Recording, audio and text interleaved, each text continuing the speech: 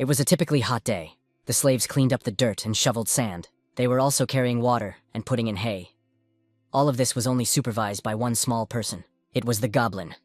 Relentless lashes on his shoulders, blood and sweat all over his body. This long life of slavery is unbearably harsh. The strongest man in the world, a man who won the title of champion at the age of 27, and also held the position of best fighter in the world for the last 2 years. The towels have been thrown away. The records continue. 23 wins and 0 losses. Heavyweight champions in the world's largest MMA league. A man who even had his last defensive bout before ending his career without a single defeat. Choi Hyun-seok of the Republic of South Korea. Choi Hyun-seok, this is the protagonist. Unfortunately, the unforeseen happened the day he ended his career. Hyun-seok died from being hit by a truck. He felt especially sorry for the money he was saving for his retirement. It was gone so easily. He had worked so hard up to that point. This guy died alone, wrestling until his death. 30 minutes later, he had accepted that it was even better this way. Now that Hyun-seok is dead, he doesn't have to train and no defense matches. The only saving grace is that he has no family or friends, so no one will be sad and his death. Suddenly, some kind of glow appeared in front of him. An angel appeared there and apologized for being late. She called Choi Hyun-seok an SSS-ranked hero. That angel's name is Rachel. As it turned out, she was a recruiter that she was looking for people whose lives ended on Earth. Hyun-seok asked if he was eating, explaining a little more. Rachel replied that he has 2 options. He can accept death as is and wait for his next reincarnation in the next life as a miserable old bachelor. Or he could immediately resurrect as a hero to save this world, which was exactly what Hyun-seok was waiting for. This was too sudden for him, so he asked for time to think about it. Especially these explanations seemed a bit meager to him. Rachel asked if he was really thinking about missing out on the opportunity of a lifetime. If he listened to the angel, he would gain wealth, honor, and beautiful women, and even special privileges. For those who become a hero right away, they offer as a bonus a status window that allows you to become powerful as a playable character. Roughly speaking, they provide an incredible service with many bonuses. Anyway, doesn't he have to fight if he becomes a hero? Hyun-seok just stepped aside after all, and she wants him to fight again. It's better to just die in comfort and be reborn already. He doesn't seem to understand, so Rachel will explain it to him properly. If he becomes a hero in another world, the village headman will come running to him barefoot and serve him food as soon as it starts. The hero will look at him fondly and calmly tackle the easy quests he gives, at which point the affected chief will say the following. My daughter is known as the most beautiful woman in this village. If the hero will be so kind and take the humble daughter, this old villager will have nothing more to ask for. It's surprising that he still doesn't even respond to this. Looks like she has no choice but to use Plan B. Let him forget about that offer if he doesn't want to. Rachel will think he doesn't care about that chance, so she'll leave right now. He tried to stop her, and Rachel advised him to just accept that his life was over as an old bachelor and enjoy his next life, though there was no guarantee that he would be reborn as a human in his next life. As soon as he heard that, he immediately clutched at her leg, talking about doing it. Rachel asked what he was saying. She couldn't hear it. Hyun-seok said he will do it. He's going to be a hero. In that case, they should get started right now. The guy really didn't expect to be transported to another world at this very moment. Rachel didn't understand what they had to look forward to. It was better for him to go to the beautiful other world as soon as possible, and the protagonist argued that you can't just send a person like that without any preparations. Rachel did not listen to him to the end, and immediately carried him off. Angel wished him a good adventure. If he was going there anyway, then why was he thinking about it so much? Rachel is already very busy as it is. Suddenly, she heard someone calling to her. She reported that potential hero 137,421, Choi Hyun-seok, had just completed his relocation. She also hoped that she would be sent a bonus right away. It was as if the guy heard a voice that told him to open his eyes and wake up. Could it really be the village headman the angel was talking about? The development was too obvious from the start. Suddenly, he was hit, saying to gouge his eyes out if he didn't wake up. Hyun-seok immediately stood up. I didn't understand. I don't understand what kind of crazy person who has such a death wish. In front of him was a monster who asked who he was to continue sleeping in the slave dormitory. Hyun-seok wondered if this was the village headman who had the most beautiful only daughter. The guy immediately called himself a hero. Is a hero really that stupid these days? Meanwhile, the guy didn't understand at all what was going on here. Could it be that something had gone wrong? It cannot be that this beautiful angel did this to him. In that case, is this cowhead really just a learning quest? First things first. If he was able to, guessed it, then there is the next thing he should do as a Korean. He needs to take action. He immediately hit that flimsy monster from training and wished him dead. Everything went according to plan. However, he was able to stop the guy's foot and asked if he hadn't just called himself a hero. How tired he was of this nonsense. Where do these crazy bastards even come from? He heard a crunch. Most likely the bones were already broken. Apparently he'll only come to his senses when he's had a good night's sleep. So dear self-proclaimed hero must try to do just that. The underground prison. He demanded those lunatics open the doors and bring back that cow's head. He wanted to fight one more time. A goblin with a ball walked in on him and asked who was making noise in here. He threatened the man about making soup out of him if he screamed one more time. Hyun-seok promised to be quiet. The monster will keep an eye on the man. He understands everything perfectly, and this so-called awesome adventure in another world, where everything went wrong in the first place. In his previous life, he never even had a serious relationship with a girl. I wonder if it'll be the same the second time around.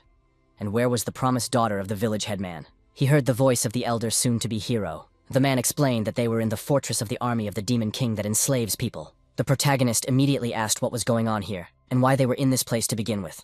The man asked if he really wanted to know. He immediately called out to all the self-proclaimed heroes, asking if they were still alive. The real hero who had come to save them was already here. They immediately started demanding for help, saying that they are also heroes. As he can see, there are 100 heroes who have fallen into the fortress of the Demon King's army. The cowhead that Hyun-seok was looking for is the head of this place, Reborn, and the guard he saw earlier is called Jark. He's known for his cruelty, so it's best to be careful with him. But I guess there's no need to be careful anymore since he's already following Seok-hyung. And the reason they're all in this position is because of an evil demon named Rachel. If that damn demon didn't send them all to the wrong place, they wouldn't be here. Hyun-seok asked the man what he meant. It turns out they shouldn't have started in this place. He was sure of that. The heroes who had been captured in other places had told him that. According to them, there is another starting area that is only for heroes, and most heroes start in cities or rural villages. The heroes usually live normal lives without any abilities, but still, none of them start right in the middle of the Demon King's army. That means the reason Hyun-seok is in this hell is all because of Togo Angel, the second unit of slaves under the 3rd Battalion of the Demon King's army. The fish repeated that they were the great Demon King's great army. They will crush the humans and devour them. This is the end of today's work. It's time for them to go back. Hyun-seok would definitely kill that small and fat goblin bastard one day. Prison really is better. Come to think of it, that angel was talking about the special privileges of heroes and such. He'd forgotten about that, working all this time. He especially remembered about the status window as a special privilege. In situations like this, there's usually a popular slogan. As soon as he said the status window, it immediately appeared in front of his eyes. These numbers corresponded to his status. His stamina was 31, strength 28, agility 29, and mana 10. The man heard him say that he had such stamina. Hyun-seok also said that he had 28 strength points, and a pickaxe skill. He had said that he was a champion before, right? However, it was to be expected that Hyun-seok was different. He already has over 30 stats even when he's level 1, but he's still a slave. What was the use of all those stats anyway? The man assured that he could definitely escape from this place and become a real hero. Hyun-seok didn't want to hear the basis of this nonsense. He fell asleep at the words that normal people only get pick skills already. Even if that was the case, he would still only be level 1. How would he even be able to escape from here? Finally, he waited until that man fell asleep. Need to check again just in case. There are 2 items that seem promising at the moment. Mana gives superhuman strength, and these unknown hero points. Even these fake heroes don't know anything about hero points. No one has ever gotten such points. Once again, a familiar light appeared in front of him. It was the same angel that greeted Sir Hero. Perhaps Rachel should tell about the hero's glasses. Hero points are an important feature that makes the hero's life easier. They can be obtained by completing quests. She didn't even get to finish her entire sentence before she was immediately grabbed by Hyun-seok. He didn't care about hero points or anything else. First, she deserved a good beating. A little later, she was apologizing. Rachel would never have thought her magic circles were broken because she spilled some coffee while she was having a snack. The soundproofing magic activated, so as punishment, she must become his manager. More specifically, a personal fairy. Rachel has to be by his side and help him when he doesn't defeat the Demon King. She finished her internship 100 years ago. Hyun-seok apologized, but he doesn't care about hero business anymore. He's not going to defeat the Demon King. The guy meant that he can just live a normal life here. Rachel mentioned that of course there are many potential heroes in who decide life like that, but this guy has SSS level potential. However, that didn't mean he was obligated to do anything. He has never felt that this is his mission. He doesn't want to live his life fighting like he did in his previous life. After which, the guy wished her good night. At that moment, Rachel wondered about all the people gave him. Wasn't he an idiot who knew nothing but fights and women? So what was going to happen to her now? Who would have thought that she would be appointed as Choi Hyun-seok's personal fairy? Maybe she was wrong, but making someone with her experience as a personal fairy is just too much. And she should stay with him until he kills the Demon King. That decision was final. Personal fairy. As a subordinate of the assigned warrior, she must actively cooperate and go through successes and failures together with the assigned warrior. She will be sent to the demon fortress where Choi Hyun-seok is now. She must not return until she has completed her assignments. She sobbed at the fact that she would be thrown out into the filthy human world. In any case, the personal fairy must obey her warrior's every word. Then she must contribute to the escape plan. As soon as he heard his doors open, He immediately wanted to hide Rachel. The goblin yelled for that meat to wake up now. Rachel replied that she could use invisibility magic herself. And at the same moment, the protagonist didn't realize the roll call was fucked up. So why is the bastard here? It was only then that he learned that Sir Reborn had summoned him. He'd heard the man had been working hard lately. Jark had told him that he had a nice new mont. Who would have thought the stinking goblin would pay him a compliment? At first he thought he was just a crazy person, but it was nice to see him working so hard. Reborn offered him to be the head slave.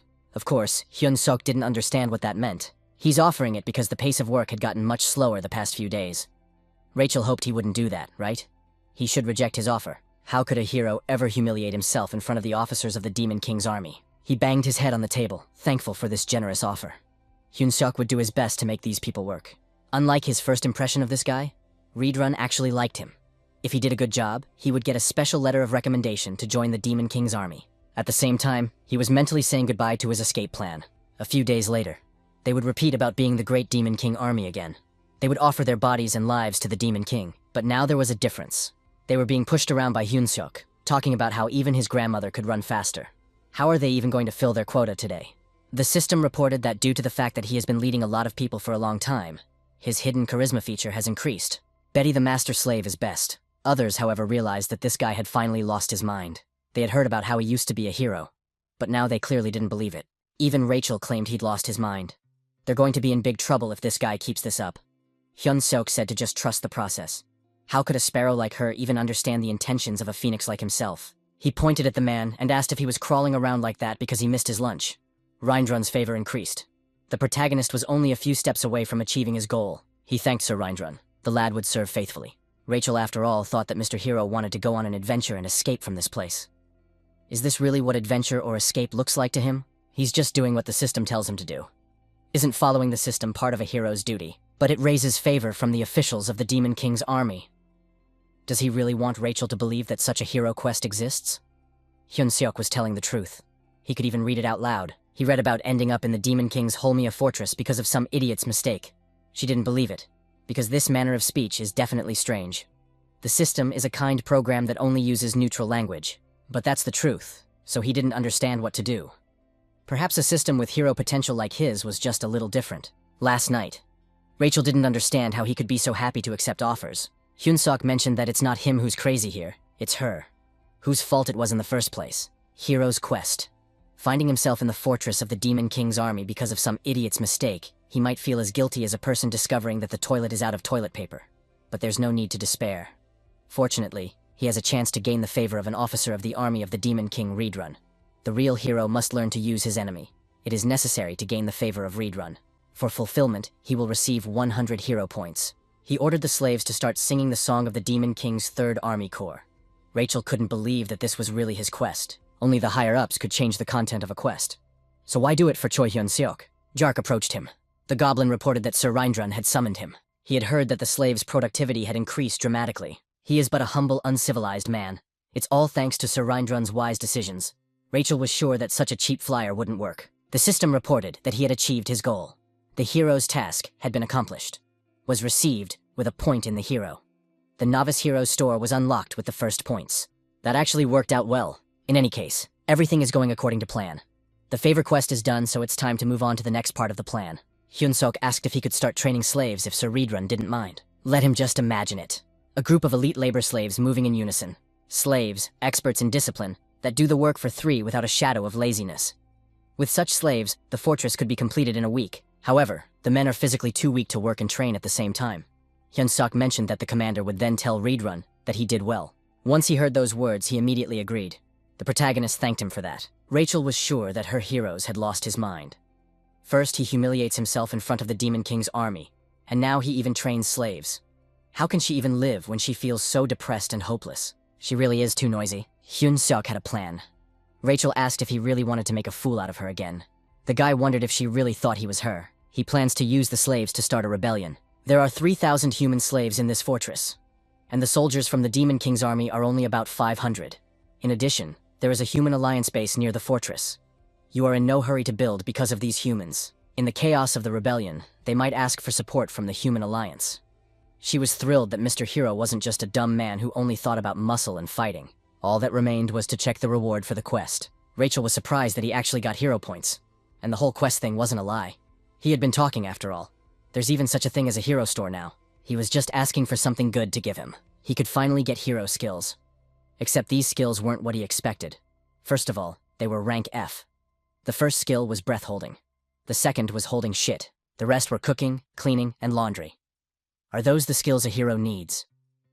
Rachel explained that those skills are because of the level 1 store. If he collected her more points and leveled up his store, he would definitely get something useful. He wanted to get his hands on that rogue fairy already, and Rachel was asking for help. After which he came to the slaves. Now they will sing the song of the 3rd Army Corps. They are the great army of the Demon King. They will defeat the humans and devour them.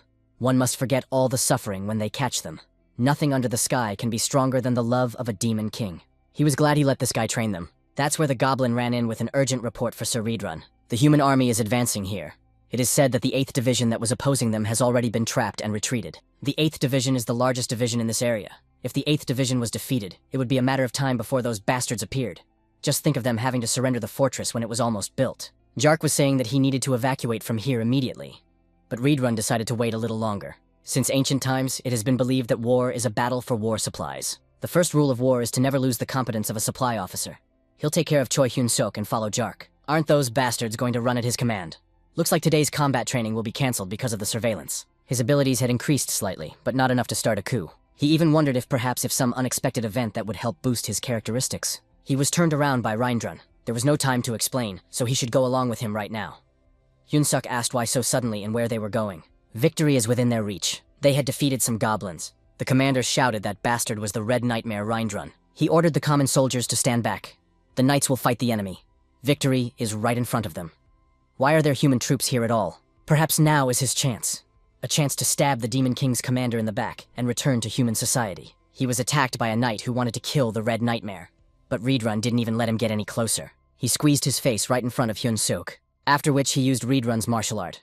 The 7th technique, Blast of Destruction. Reborn asked the main character if he was okay. Hyun-suk informed that he was leaving right away. There were 2 foremen calling out for citizens from the Marriott Kingdom and the Drasen Empire. The knight asked if they were warriors. The man replied that they were. He asked to come this way. They treat warriors and common prisoners differently. I was even beginning to feel glad that they were finally being treated as warriors. Olav Grimier approached them. He thanked the warriors for coming. Herzog of the Drasen Empire, commander of the Allied forces. The knight told the commander that the evacuation of the civilians was complete. The man praised the good work. They had summoned all those who called themselves warriors.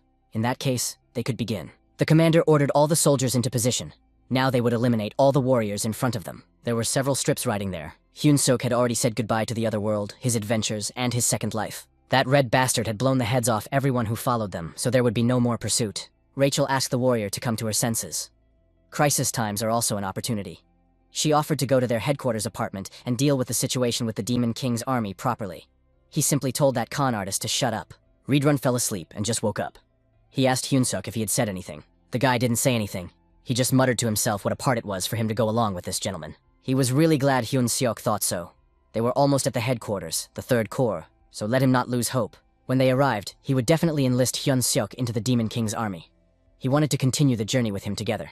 It was seriously a great honor for Hyun-suk. It was announced that Sir Reborn had returned, after which the gates were opened. Reborn said to follow him, for he would take this guy straight to the commander. It was a great honor for him to meet the commander himself so quickly. It was indeed a great honor, but he must be careful of his behavior in the presence of the commander. Unless he wants to die, of course. If one maintains his composure, one can even win in the tiger's den. So they say. We'll never give up. Reborn called out the name of the Hemis commander, after which he was allowed to enter. At that moment, he heard a woman's voice. Could it be that the commander is a woman? She was very happy that Reborn had returned, the commander of the 3rd Corps of the Demon Army, Hemis. She even noticed that Reborn had become more pumped up. The commander's beauty had become even more stunning. It was even a little hard for him to believe that such a beauty was a commander. Hemis thanked for the nice words. Shouldn't he praise her beauty too? He felt ashamed that he couldn't defend the fortress. There was nothing wrong with that. It's because of the commander of the 8th Division. It wasn't Reborn's fault. We should have just made a bag out of his skin. He came back alive as a loser. Hyun-suk couldn't even breathe in her presence. This pressure was a whole different level from the ones he had met before. In any case, Hemis wanted to know what kind of person Reborn had brought along with him. Reborn called out Choi Hyun-suk's name.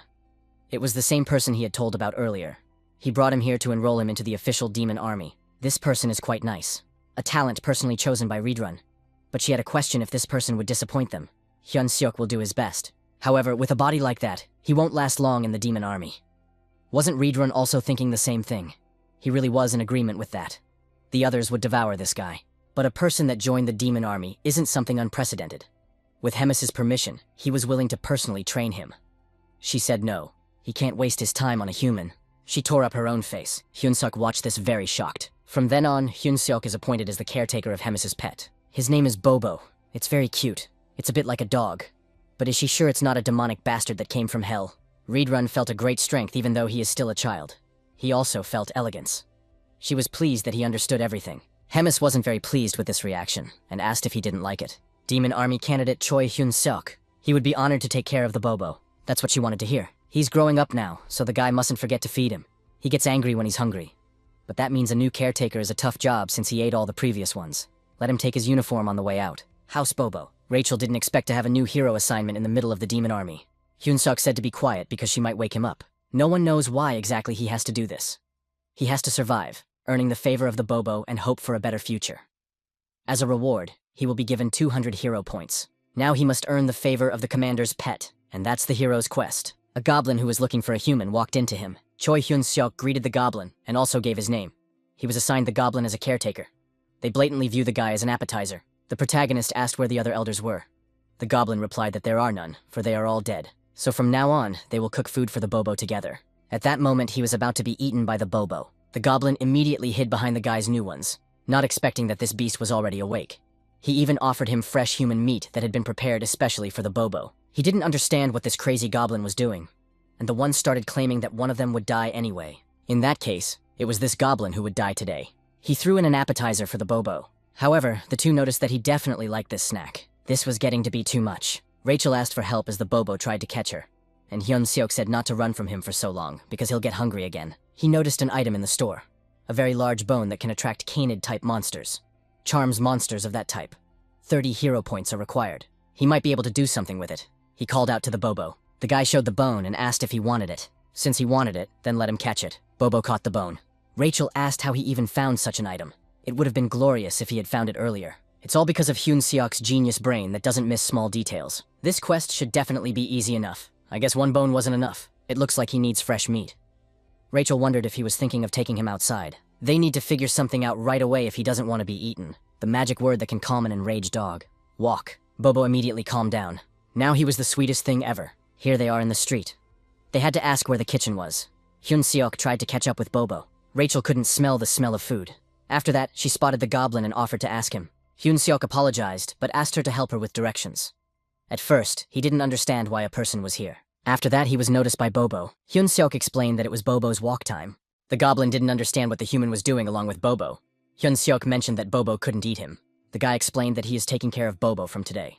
After that, he asked if Goblin knew where the kitchen was. He immediately ran away, but still answered that the kitchen was to his left. Hyun-seok laughed, because he didn't understand why he was so scared.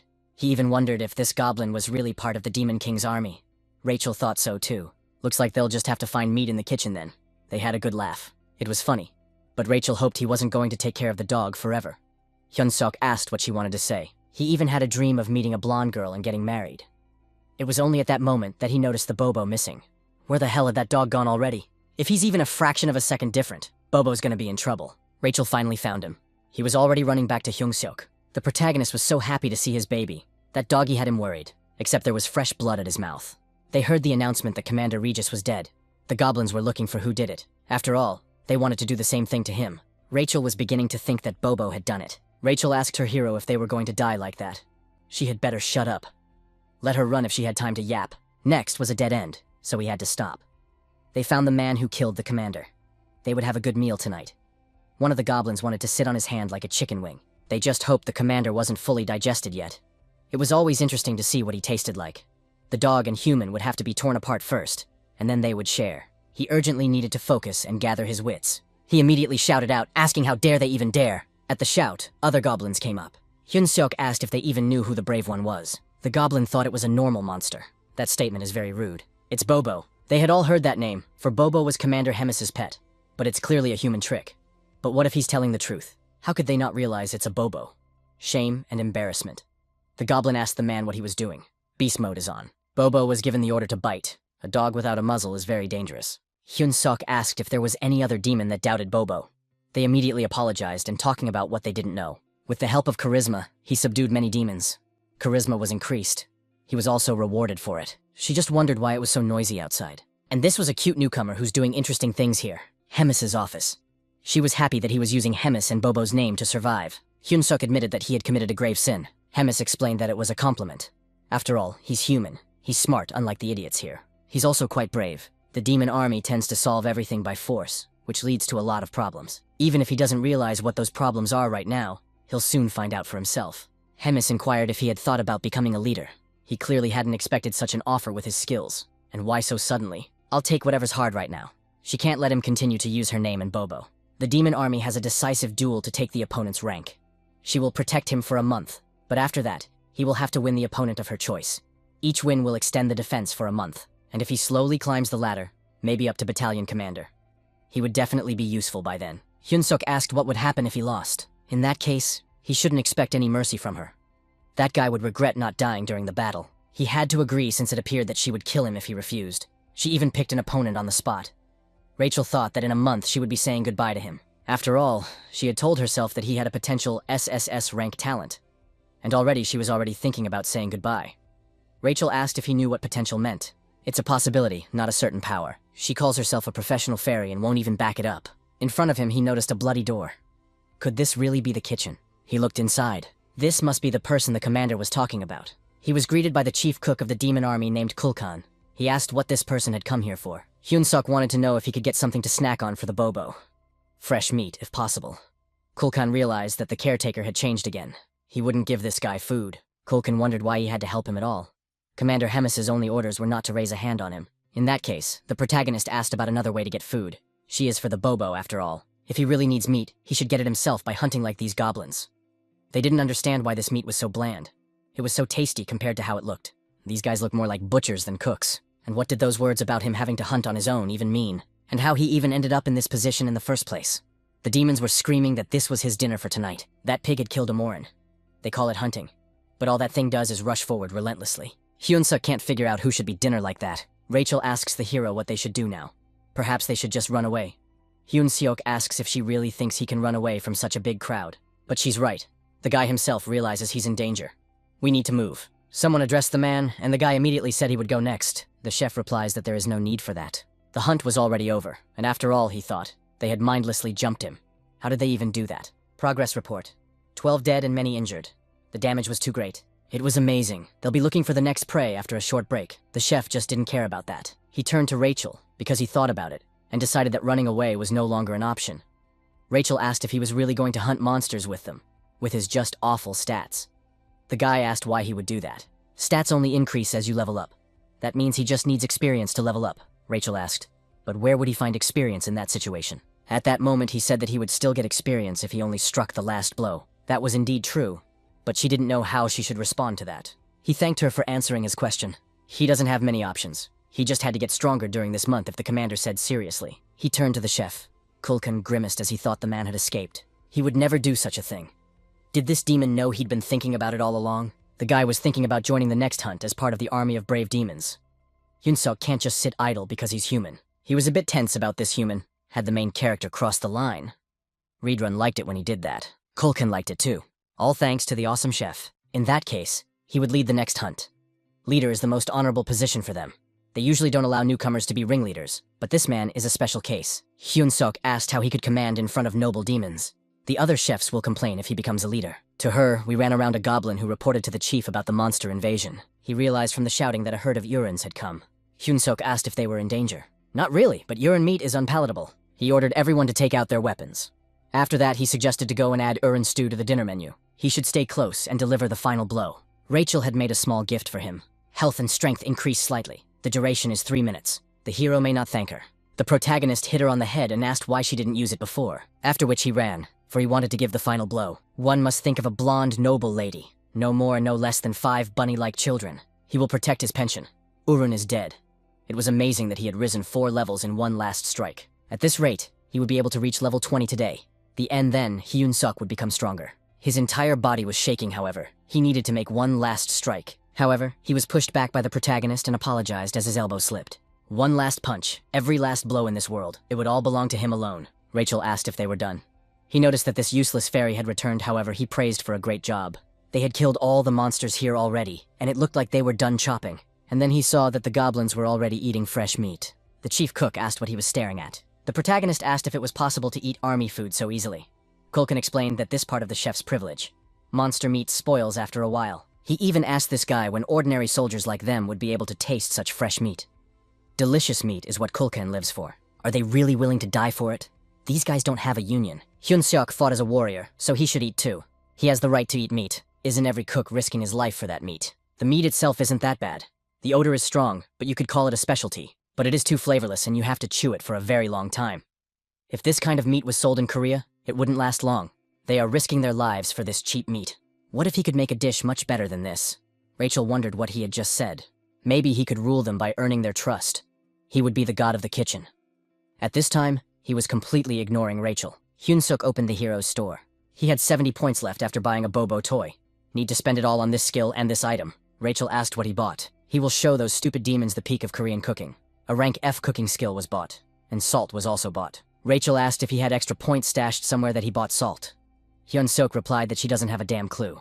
It's better to see it once than hear it 100 times. The new flavor will excite the minds of those who try it. Here we go. A juicy meat flavor and a heady smell. In this new world, he became God. He held out the cooked meat and offered the chef a taste. Culkin refused. After all, he was already full, so he suggested next time. Hyun-seok had put his whole soul into this meat, and he would definitely die without regrets if the chef appreciated his efforts.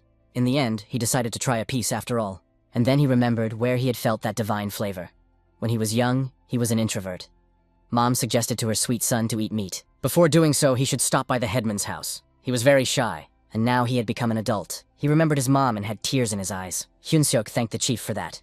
This meat has a shelf life of 2 days, so if he needs more, let him come. The Bobo's house. He looked inside and informed the Bobo that Daddy had come. And at that moment, the Bobo had already jumped on him. Hyun-seok immediately gave him a piece of meat. It was so delicious that he came to his senses.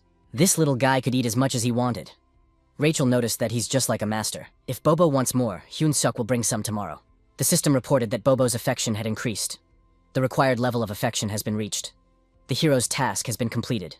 200 hero points have been earned. Everything's going swimmingly. Rachel noticed that he had already completed the quest.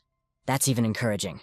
Hyun-seok decided to save those points for a rainy day. Now he has a bunch of savings. Rachel didn't understand why he didn't use the points since they increase his stats.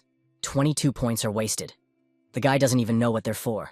And all for one fool skipping basic training. Anyway, they can still catch up. A brief excursion from Rachel. The player can use bonus points to upgrade their 4 main stats: strength, stamina, agility, and mana. Settle is pretty self-explanatory. Endurance is how long he can last. Dexterity pumps reaction and speed. Amana is related to magic. Hyun-seok asked, then what about charisma? It's a hidden characteristic, so you can't pump it with bonus points, only with training. It's best to try to keep a balance between the characteristics. He didn't understand what the point was, because it was much better to invest in strength. What nonsense! That only works by itself in the beginning, and in the end it will still require mana. Even an infant knows that a mana-filled body will be much stronger than trivial muscles. After that, he distributed the bonus points. Rachel told him to open the store and find an ability called Basic Magic Control. The guy asked what that control was. It's an ability that will allow you to use basic magic. Should cost about 100 hero points. But somehow it just so happened that he didn't have that skill in the store. That's just not possible. I mean, it's the most used item in the store, and he thought that Rachel would be of some use. How could she be so useless? It's a talent. Rachel asked him what kind of injustice this was. 3 weeks later, finally, level 100. It took longer than he thought at first. With each level, you have to accumulate more and more experience. He's definitely the only hero on this world who works this hard. Rachel mentioned that it's the most free title ever. I mean, she doesn't even know how many times he almost died today. She had to tell him that it usually takes 6 months to reach level 100. Rachel was just trying to be friendly. She'd asked for it. A goblin walked in to join them, informing them that the commander had sent for him. She was expecting Choi Hyun-seok, Hemis's office. She welcomed him into her office and even noticed that he had changed a bit. He even seemed to have gotten stronger. His mana had doubled. All thanks to his desire to bring the highest quality meat to the Bobo every day. However, she noticed that he had gotten stronger too quickly. Was it really all about the hero level system? Could it be that she knew he was a hero from the beginning? Being surprised like this was not something to be surprised about. She knew it from the first time she met him. She has a friend who's obsessed with heroes. Now let him think about why Hemis called him. At first, he thought about Bobo training and recent victories. But only then did he realize she was talking about the promised battle. And his hunch was correct. He surely must have remembered their agreement. Such a thing was unlikely to be forgotten. So casually, she didn't understand why he was so calm, since she knew he was a hero from the beginning. Did he really think she wasn't aware of the rapid rise in levels? He better work harder if he didn't want to die. And she wanted this guy to give her a good thrill. What the audience likes best. A brilliant performance or a stunning victory. But no, it's not. It's the unexpected twists and turns of battle that gets the blood boiling. That's what she's probably thinking. Hemis will pick the one he can never beat, so he won't even have a chance of winning. And since the captain had also warned him, that means the opponent is indeed a serious one. Rachel didn't understand what they should do now. They were going to die like this. The boy tried to reassure her. He needs some time to think. The day before the fight, it's better to study the enemy. Need to realize how strong he is. After all, they only know one name. How is he even going to get information about him? There is one very interesting item in the store. It's a combat power meter. It can measure the target's strength, stamina, dexterity, and mana. However, it only shows the approximate characteristics. He uses these points to learn everything he can about the enemy. At the same time, he'll come up with a plan to win, just like in a training battle. Rachel recognized that his brain is only working in that direction. Hyunsuk mentioned that it's better than some useless creatures. We'll have to see how they work. Rachel's power is 375. However, they don't know if it's a lot or a little. Therefore, Rachel suggested that the protagonist herself be measured as well for comparison. She was trying to find out where she should look. The guy seemed to sense her bewilderment and asked if there was nothing to see. That wasn't the point. Those glasses seemed to be broken. Otherwise, how could he even be stronger than herself? Hyun-seok replied that it was probably because she was the weak one here. As recently as last month, she had 10,000. In short, these points are working. After that, he decided to check and see how strong the little Bobo kid is. Almost 47,500. They both blow the dogs away on points. Maybe it's the breed. Now he decided to check the others. Goblins should definitely be weak, but as it turned out, the others' stats were close to Hyun-seok's. Captain Bulkman arrived. The subordinates greeted the captain. Everyone with strength over 10,000 is at least a commander. After all, his opponent is also a platoon leader. And his name is Kirkin. He's an orc with the head of a pig. A platoon leader must have a strength of at least 3,000. That way, he can still make a lot of money. As luck would have it, she just spotted the pig-faced orc. His power is 6,671. Those bastards are literally sending him to his death. Hero's quest. The odds of winning against a pig are close to 0. However, strength always lies in not giving up even in desperate situations. Therefore, he will be given a chance. One needs to raise his power score in a week to 3,000. As a reward, he would be given 300 hero points. The guy even wondered if the assignment came at a bad time. He was obviously being spied on. Either way, he would either die or he wouldn't. Either he or Commander Hemis will win. However, the protagonist will try to survive. The next morning, kitchen. The chef noticed his unique helmet and even asked where he got it. Hyun-seok saw that the seniors here were wearing one, so he wanted one too. I guess it's fashionable for young people right now. In any case, it didn't matter to him, so he told the guy to get ready for the hunt. But why does the cook have such a high score? It's definitely not the strength of an ordinary cook. In fact, it wasn't just the chef who was like this. It felt like all the chefs here were so strong because they were constantly fighting demonic creatures, which means that if he fights someone who's on the same level as Kirkin, he'll be able to feel that power on himself. The main character has asked for permission to fight one of the cooks. This would allow him to learn something new and be even more useful. The chef replied that Hyun-seok is already strong enough for a human, so there is no need to overwork himself. If the chef refuses, he will eat all of today's meat he cooked in one go. What a long time the cook had waited for such a hard worker. He immediately asked who this guy wanted to fight, a little later. The goblin asked what was going on. The hunt was coming up, and only then did they find out that Choi Hyun-seok was fighting Golbakum. That man is going to die today. They can't live without his meat anymore. In that case, they might as well just kill Golbakum earlier. The chief cook told those idiots to shut up. He told that demon not to kill Hyun-seok and to fight at half strength. He could barely string words together to say he understood. In that case, the fight will begin. He immediately moved to attack. It's a demon that hits by relying only on instincts. The protagonist swung his leg to attack him as well. That bastard doesn't even know how many fights Hyun-seok has won. This fight wasn't an exception either. The others didn't realize what had happened. How could that big guy lose, and why it was over so quickly? A one-punch knockout, did that really mean that guy could win? North of the Black Fortress. The Great Forest. Hyun-seok defeated an orc whose strength is twice his strength with just one punch. So the strength score is just a random number. He only needs to be a little stronger, and he would easily win the upcoming fight.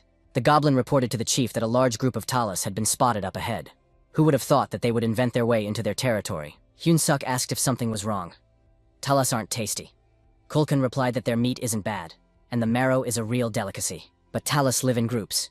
They have an incredibly developed maternal instinct, so it's best not to touch the cubs. The protagonist already thought that the hunt would not be, so she offered to wrap up. But he decided that they will hunt, because their meat is quite tasty. He ordered everyone to join the attack. Talus meat would be on the menu today. They were happy to pounce on the monsters. You have to kill with one blow, and you can't let the body fluids drain out. So the protagonist apologized again and asked why it was he who got in the way. Gotta get today's experience. All the final blows would belong to him alone. And so it was already the last one. Rachel praised Mr. Hero for being so good at stealing the last blows. I can't even believe Hyun-seok went to such lengths to win. But while everything was calm, the Queen of the Talus showed up. She saw what was done to her children. The Queen was furious. The protagonist didn't realize how strong she was, since even the orcs were afraid. It was only then that he saw that her power was immeasurable.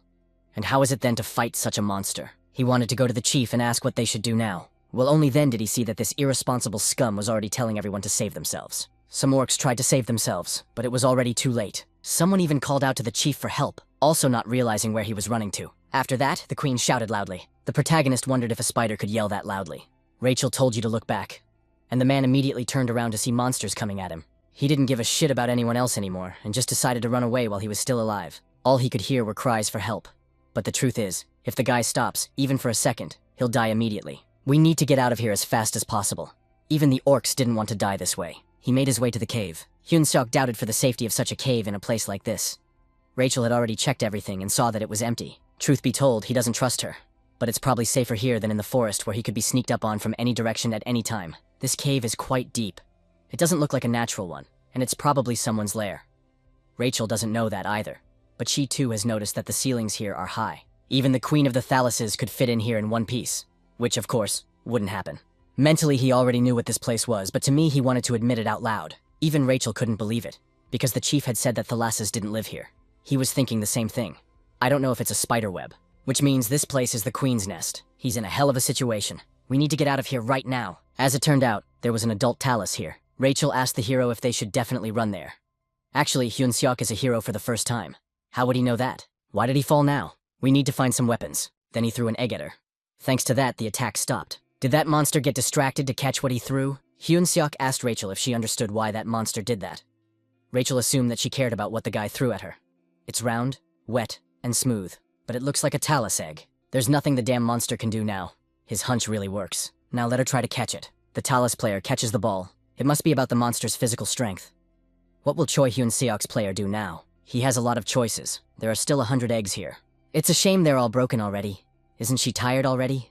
Yes, even he would have done a better job with this. Hyun-seok asked Rachel to serve another egg.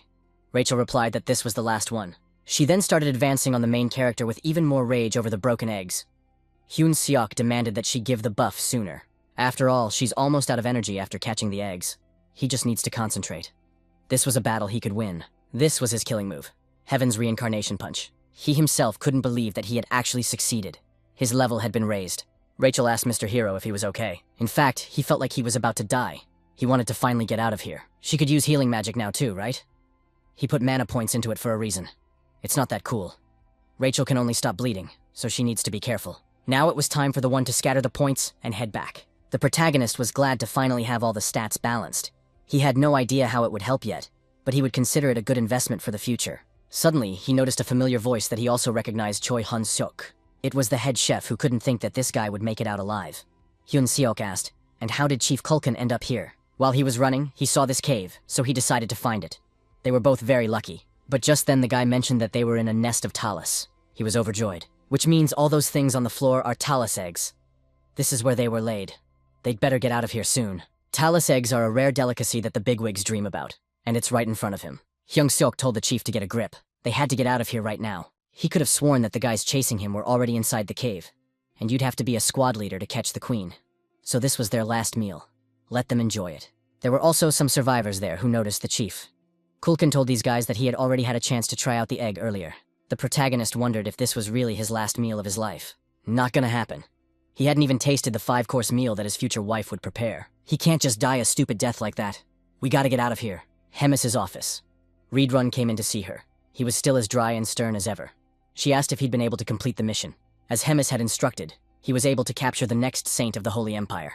How incredible her Reborn is. He was able to defeat a pathetic group of fanatics in just 3 weeks. Reborn replied that she was too kind. She heard someone knocking on her office. It was very bad timing. It was the goblin with an urgent report.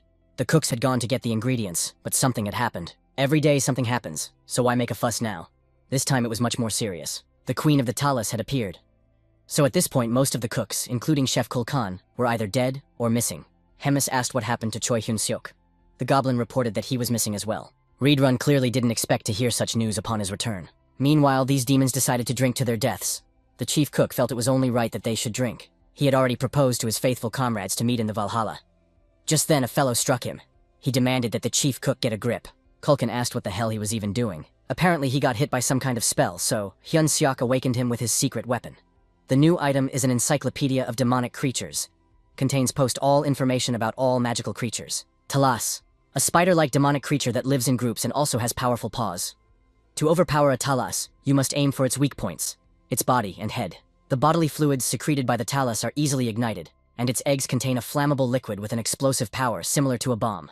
Talas cover their caves with saliva, so you should be careful with fire in them. Don't use flame magic. So here he was wondering if Chief Kulkan happened to possess fire. As it turns out, he possesses fire, but can only leave wisps of flame. This guy should have given up by now. The Talas shell won't take his magic. It doesn't really matter. He doesn't plan on burning anything. He's turned the survivors' attention to himself. The protagonist knows how they can get out of here. They need to survive to eat as much as they want, after all. However, the others realize that he was trying for nothing.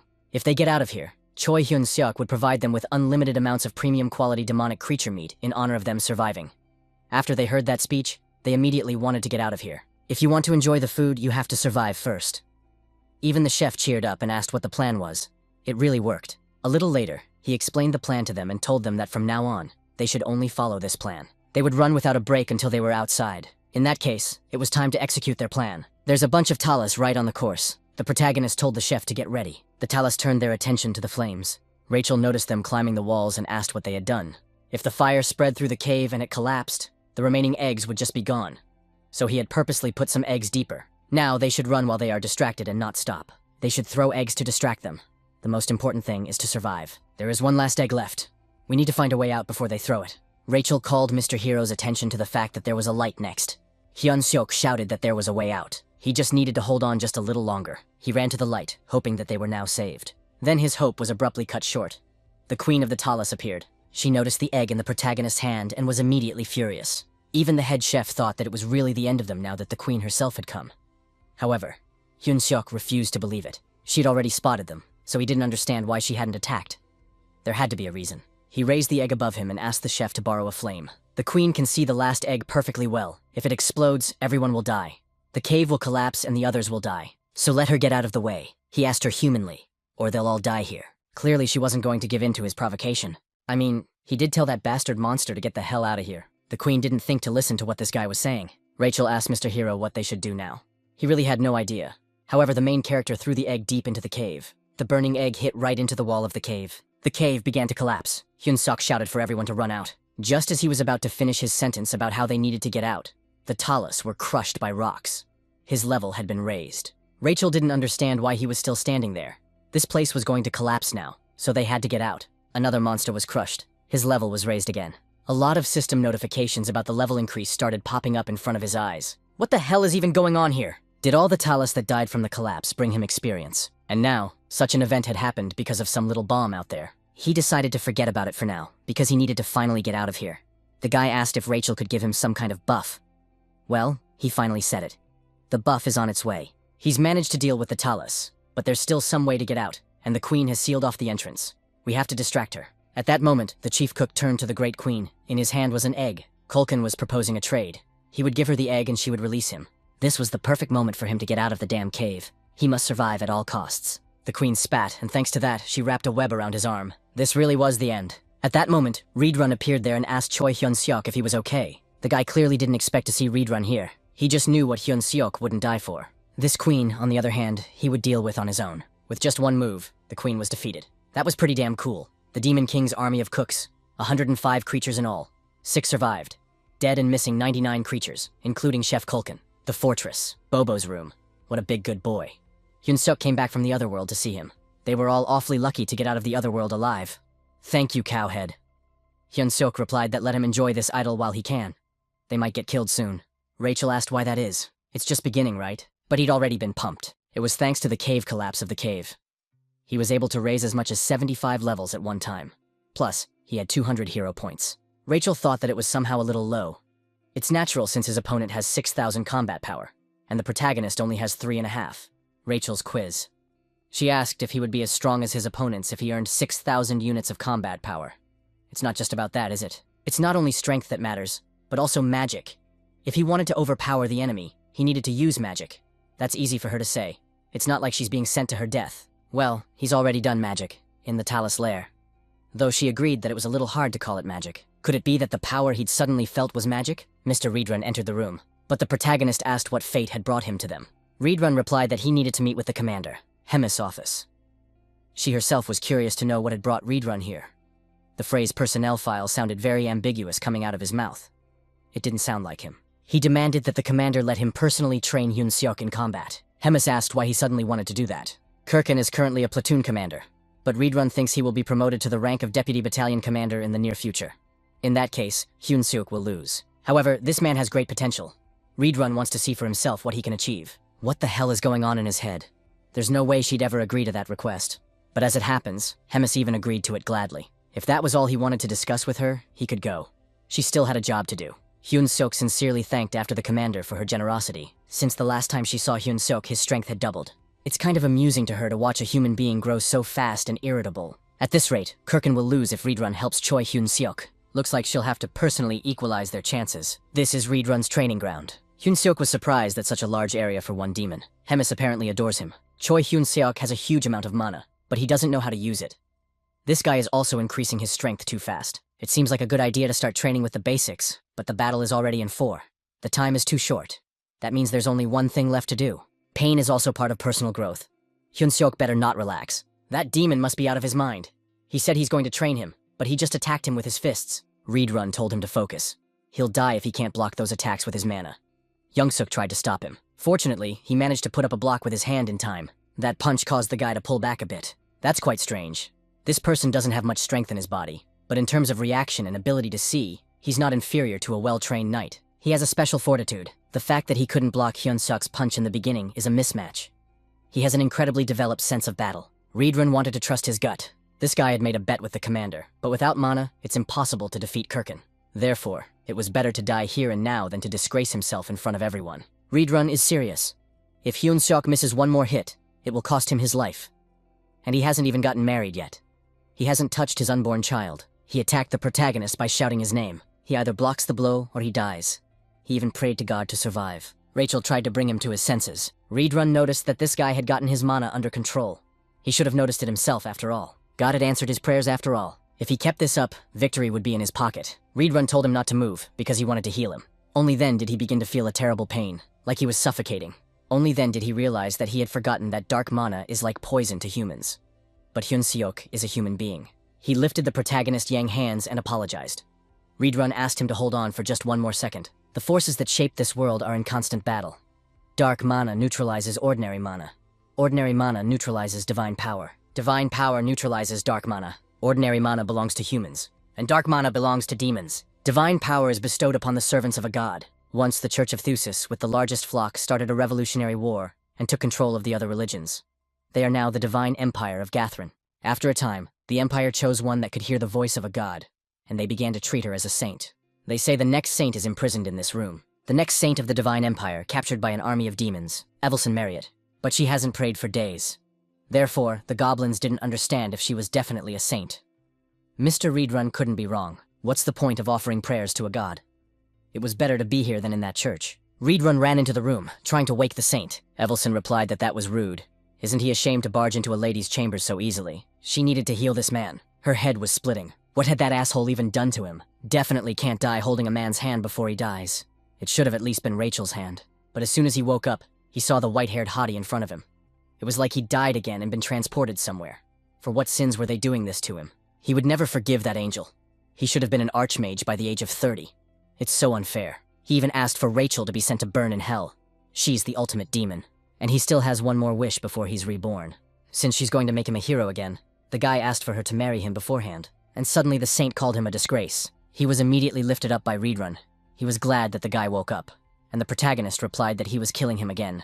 How come he didn't die? It turns out this girl is real, and he said all this in front of her. Reedrun asked the saint if he was completely healed. Evelson replied that he wasn't completely. Perhaps he had already noticed it himself. The dark mana was still in his body. She was clueless as to what had happened to him. Couldn't it be destroyed by divine power? The saint explained that if something went wrong, he would die. So it was best to just wait. Eventually, the dark mana would leave his body on its own. Reedrun apologized to Hyun-seok again. He would repay him with training and growth. He had already offered to continue. Hyun-seok pointed out that he shouldn't treat such an inferior creature so well. However, Reedrun dragged the guy to practice anyway. Evelson couldn't believe a demon training a human. Who on earth was this man? Hyun-seok thanked the Bobo. He heard that this dog destroyed his house and ate the soldier who came to feed him. The main character thanked the Bobo for taking him out. If Bobo hadn't been so worried about him, Hyun-seok would still be in that hell. How much bullying, so much suffering. There was still some dark mana left inside. Still, he hoped it wasn't such a big problem. He asked Rachel if he was going to die, and Rachel cried because her hero had been defiled. Now he's dirty and unclean. Actually, it's the guy who should be crying here. It was her fault that he now had dark mana in his body. And the fact that he almost died, all because she's a demon with an angel face, and a crazy maniac that deserved to burn in hell. Hyun-seok said it was a joke. There are no more cool angels like her. However, Rachel didn't want to listen to him. How is he supposed to comfort her now?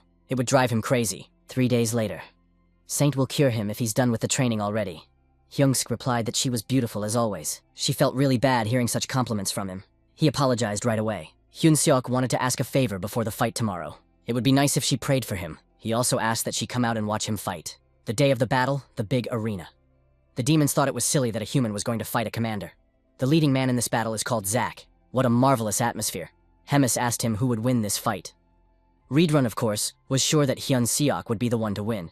He tried very hard all this time give her talent. He has an extraordinary one. Hemis offered to make a bet. If Choi Hyun-seok wins, he can continue to train this guy. The same would happen if this guy loses. Hemis noticed that he seemed to be confident that he would win. If he loses, Reedrun will have to personally kill him.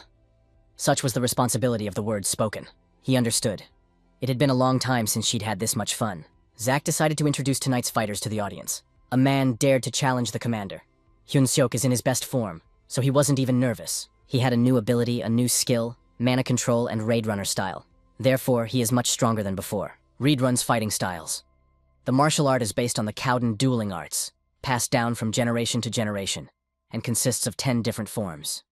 The skill's proficiency level is 8%. He has to win this fight, and go on a date with the white-haired saint. Rachel asked Mr. Hero what he was even thinking, and the one who will punish Choi Hyun-seok for his arrogance. Fighter Kirkin. It certainly seemed like it to the guy, but he must have changed sensitively. Reedrun had noticed too. There was no turning back now. His power was already 10,573. His power had increased to 10,500 in just a few days.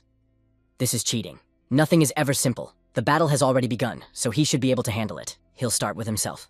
One blow with that club and he's a dead man. But he's too big and his movements are predictable. We just have to stay calm and dodge, until the right opportunity presents itself. It was a direct hit. Even Kirkin was hurt by it. After that, Hyun-seok punched him in the face. He didn't even move from that punch. At that moment, Kirkin attacked the guy's arm. Fortunately, he managed to increase the distance in time. But this demon broke his left arm with just one blow. But even so, Kirkin himself looks normal. However, his movement is still predictable. In fact, he's been through more than that. There's no need to be afraid. One must remember what he has learned. In battle, it is necessary to use mana. With it, he would be able to break the ground with a single blow. The art of combat is not just about strength. In battle, tactics are extremely important, adhering to which you can kill the enemy. Reedrun doesn't know where he learned his martial arts, but he can't defeat his opponent with this knowledge. After all, Hyun-seok doesn't want to kill him. Without the intention to kill his opponent, his attacks are meaningless. So he remembered. It's important to want to kill, no matter who stands in front of him. Reedrun's fighting style, first form, instant destruction, all rent in the dust. The saint was also curious to see who won. Kirkin is dead. It was the weak man Choi Hyun-seok who won. That fucking skill would finish him off if he used it twice. Rachel was glad that Mr. Hero was able to do that. He had struck at the heart of it, and he himself couldn't believe he'd actually won. But it was nowhere near as easy as he thought it would be. Kirkin rises again. It's a real miracle. What did the commander even do to that monster? Reedrun realized that she shared her dark mana and put an immortality curse on him. What was the commander even thinking about? He had mastered martial arts in such a short time. What an incredible talent. She didn't expect anything less. Hyun-seok asked if he was alive. Rachel replied that he wasn't. However, that demon was moving because of the curse. Its effects should be over soon. As soon as the protagonist noticed that he wanted to attack in the same way, she thought it was too easy. He tried to move away, but there were already rocks behind him. Kirkin grabbed him by the throat and wanted to strike again. He grabbed at it with his hands and talking about letting this demon finally die already. The guy was already thinking that he would be able to do something against him after all, but it was nowhere near as simple as he thought it would be. When the protagonist almost died, he felt much the same way. Like all his bones were shattering. Then he heard a voice. It was a saint telling him to get up. He immediately looked at her and read her lips for what he could win. She is telling the truth.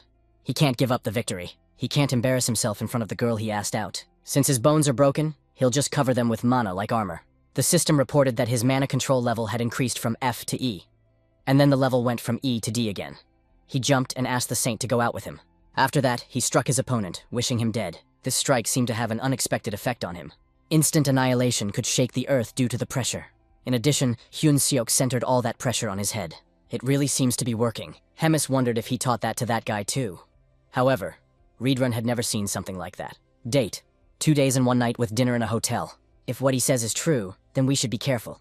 I mean, this guy's a real monster. Heroes in the demon army. Choi Hyun-seok reminds her of one hateful person. The fun will pass. He woke up again with a scream. Hyun-seok asked where he was. Rachel replied that they are at home. The guy asked what about the fight and his experience. He won. The saint healed the guy and left. And he urgently wanted to look at his characteristics. Rachel replied that she could have healed him too. But Hyun-seok completely ignored her. She could have healed him too. Besides, mana control already has a new rank. Rachel was surprised and wondered if such a fast growth was possible. There she goes again, screaming for no reason. Her reaction was quite obvious, because mana control is the hardest to develop. It was natural for her to react in a similar manner. He also noticed a note beside him, Evelson's place of imprisonment. She had acted strangely. But he's weird too. In just 3 days, he had learned how to work with mana. He also learned the art of combat. A knight would have taken at least a month to do all that. A normal person can't do that, especially not a normal person. He has great latent potential, and yet he's even too strange. Perhaps God has answered her prayers, or maybe it's the man's talent. It doesn't matter anymore. By winning this fight, Hyun-seok changed his destiny. Perhaps he was the hope she was looking for. She knocked on the door, and the demon asked what the saint wanted. Evelson had a request. She wanted to take a walk. She wanted to see with her own eyes if he would be the one to turn the world upside down. Meet me on the patio after sundown. It was a letter from Evelson. It was also an explicit invitation to a date. As he walked, he said something about a real date. So what should he do now? Should he ask for her number? I don't know what number we're talking about. They'll probably be pen pals. At first, sick of all the listening, and she told him to just go back to his shitty room. He always ignores her words, after all. At that moment, he saw that Ms. Evelson had already come in with 2 demons. The guy wondered who it was next to her. Evelson replied that it was her escort. She can't go out alone. That makes sense. After all, she is a saint for being captured by an army of demons. What did he even expect? Evelson suggested a walk. He was already all nervous, and because of the constant surveillance, he doesn't even know what to talk about. Saint immediately asked if he was a hero. Hyun-seok wondered how she was able to find out. As it turns out, in this world, only heroes have black hair and demons. Also, a hero gets stronger quickly. Anyway, it seemed to her that this guy had a lot of questions. So let him ask while he had the chance. He immediately inquired if a man like himself was suitable for her. Who would have thought he was so hopeless? At that moment, Reborn, who was looking for Hyun-seok, came running in there. The mood was ruined. As it turned out, Hyun-seok wanted to see the commander. The protagonist wanted to go a little later. How can you even trust this man? She really enjoyed watching Choi Hyun-seok fight. Seeing how he avoided death every time. You could even say that he was keeping up well. Plus, this guy has to remember the terms of the deal. He fights the opponent the mistress chooses for him, and in return, she gives him protection. Hemis replied that there was something else in there. Namely that he becomes her subordinate. If truth be told, she was joking at the time. She just thought he would die rather quickly. However, things were different now. Reborn said that this guy had talent and could become the commander of the demon army. So this time they will try something new instead of dueling. You can't put such an exceptional person as an ordinary commander. As he might know, the kitchen had recently suffered crushing losses. Thus there was a serious disruption in the meat supply by the leader. They would probably start eating each other soon. The boy wondered why on earth she was telling him this. From now on, he would be the company commander. To be more precise, the commander of the company of cooks. Therefore, the work in the kitchen should be set up the day after tomorrow. She was sure he would be able to handle it. He would do his best. Rachel was angry because now it was no longer her hero, but the company commander of the Demon King's army. He must be happy that he has achieved such success. He's going to die of happiness right now. Looks like she's still mad at him. There's nothing wrong with doing what you want to do. Now it's time to get down to business. The protagonist turned to Wuradok, asking what he was doing. He heard him being called a freak. It seems the slave grilling meat has gone completely insane. This brat is obviously wrong. From now on, they should call him boss. He called everyone here immediately. The average combat strength of a company of cooks is around 2,000. The strongest one has 3,500. Still, Why are there so few of them? Weren't there 300 of them? And now it's even less than 20 demons. But he must do it, or the commander would just kill him. He told those demons who knew him to raise their hands. Some called him Choi Hyun Stoy. Some called him a barbecue machine. And someone called him a tasty man. And for that, the latter was punished. Now he's their boss. Those dumb bastards should memorize what he says. That was his first order. From now on, everyone must treat him like a god. And someone has to tell him why there are so few cooks left. The demons said that they went hunting and were killed by demonic beasts. That's not surprising. They're always the first to attack. There was nothing to be done about it, even if Kirkin was gone. He had one last question. Who is the best cook here? It's Gollum. At that moment, the protagonist appointed him vice captain. No one had an objection. In that case, they are dismissed. There must be at least 200 cooks in the kitchen. It's impossible to gather that many in 24 hours. There is only one way, the next day. And that way is the Bobo. Rachel wondered if he was trying to intimidate them by using a pet. It's just plan B. There is only one stipulation in choosing the cooks. Taking bastard children who are easy to replace and who can never rebel against him. Here, he found another demon with the power of 1,931. This warthog would become a chef. The demon was surprised to be called that. He already wanted to eat this insolent man, just as suddenly the guy hit him. That bastard better shut up right now. For today, he was the first one to do so. Maybe the wart understands what that means. The most important thing in the army is position. If he joined now, there wouldn't be many bosses standing over him. So he should go and bring some junior demons to be beaten, instead of himself. If he brings 5, they will be beaten 10 times in the future. And he would only be beaten once. This was the so-called Plan A Pyramid, the commander of the 3rd Battalion of the Demon King's army. Doris. It was so peaceful, and this delicious dish added even more peace. A subordinate rushed over to him and informed the commander that they had a problem. Doris said to behave a little more calmly and asked what was up. Most of their battalion members had left. Doris asked if they had deserted. It's not like they have nothing else to do but serve him. That wasn't the point. They all joined the cooks. The new chief cook is a man that Commander Hemis holds dear. He just needs to tell those that they should be more careful next time. And it's about time this topic was closed. But you can't just leave it at that. They had already taken 200 soldiers away from their battalion. Rachel happily informed Mr. Hero that they had already collected over 200 demons. That's what intelligence means. This amount should be enough. In that case, we can stop recruiting. Just then, he noticed Doris coming to them. The protagonist does not know what the matter is, but that demon is clearly dissatisfied. As it turns out, these glasses cannot show combat power above 50,000. If you use them too much, they can malfunction. No wonder. That only means one thing. We should leave as soon as possible. Doris was looking for Choi Hyun Seok, who is Bobo's servant. Bobo gave him away. The protagonist immediately stopped, changed direction, and asked what happened. The 3rd Battalion commander gave his name. What he was curious about was what the man was thinking when he took his subordinates away. What a bunch of bastards. They just brought their bros from the squad. The commander took this man to talk in his office, and he thought it was going so well. So he didn't do it on purpose. Hyung-suk had chosen the bravest, and they all happened to be part of the great 3rd Battalion. The commander likes that man, so it's better to handle things peacefully. In that case, there's nothing to be done. He can take the ones he chose and use them for their intended purpose. He was immediately glad when he heard those words. What a kind demon this demon is. However, he has conditions. At that moment, Hyun-seok wanted to give him a good punch. He wanted this guy to take on another subordinate. That was unexpected. It smells like a clear pig. Doris asked if he didn't want to do it, after he dared to take his own soldiers. He was actually very happy. In that case, it's settled. And now they should be introduced. This is Usaru, a charming hybrid from the union of an ogre and an orc. His power was immeasurable. Although he is stupid, Usaru is strong, so he can be used. Usaru has a headache. Choi Hyun-suk decided to introduce himself once again. He's the person in charge of the Bobo and the new chef. They finally got to see the Bobo. Meanwhile, the main character bribed for his pet. What a good boy he is. And now they have to reorganize. Hyun-seok has prepared a new lineup list. They should peruse this list and line up the assignment accordingly. Rachel was surprised that he even prepared a list. She wondered what criteria he used to choose.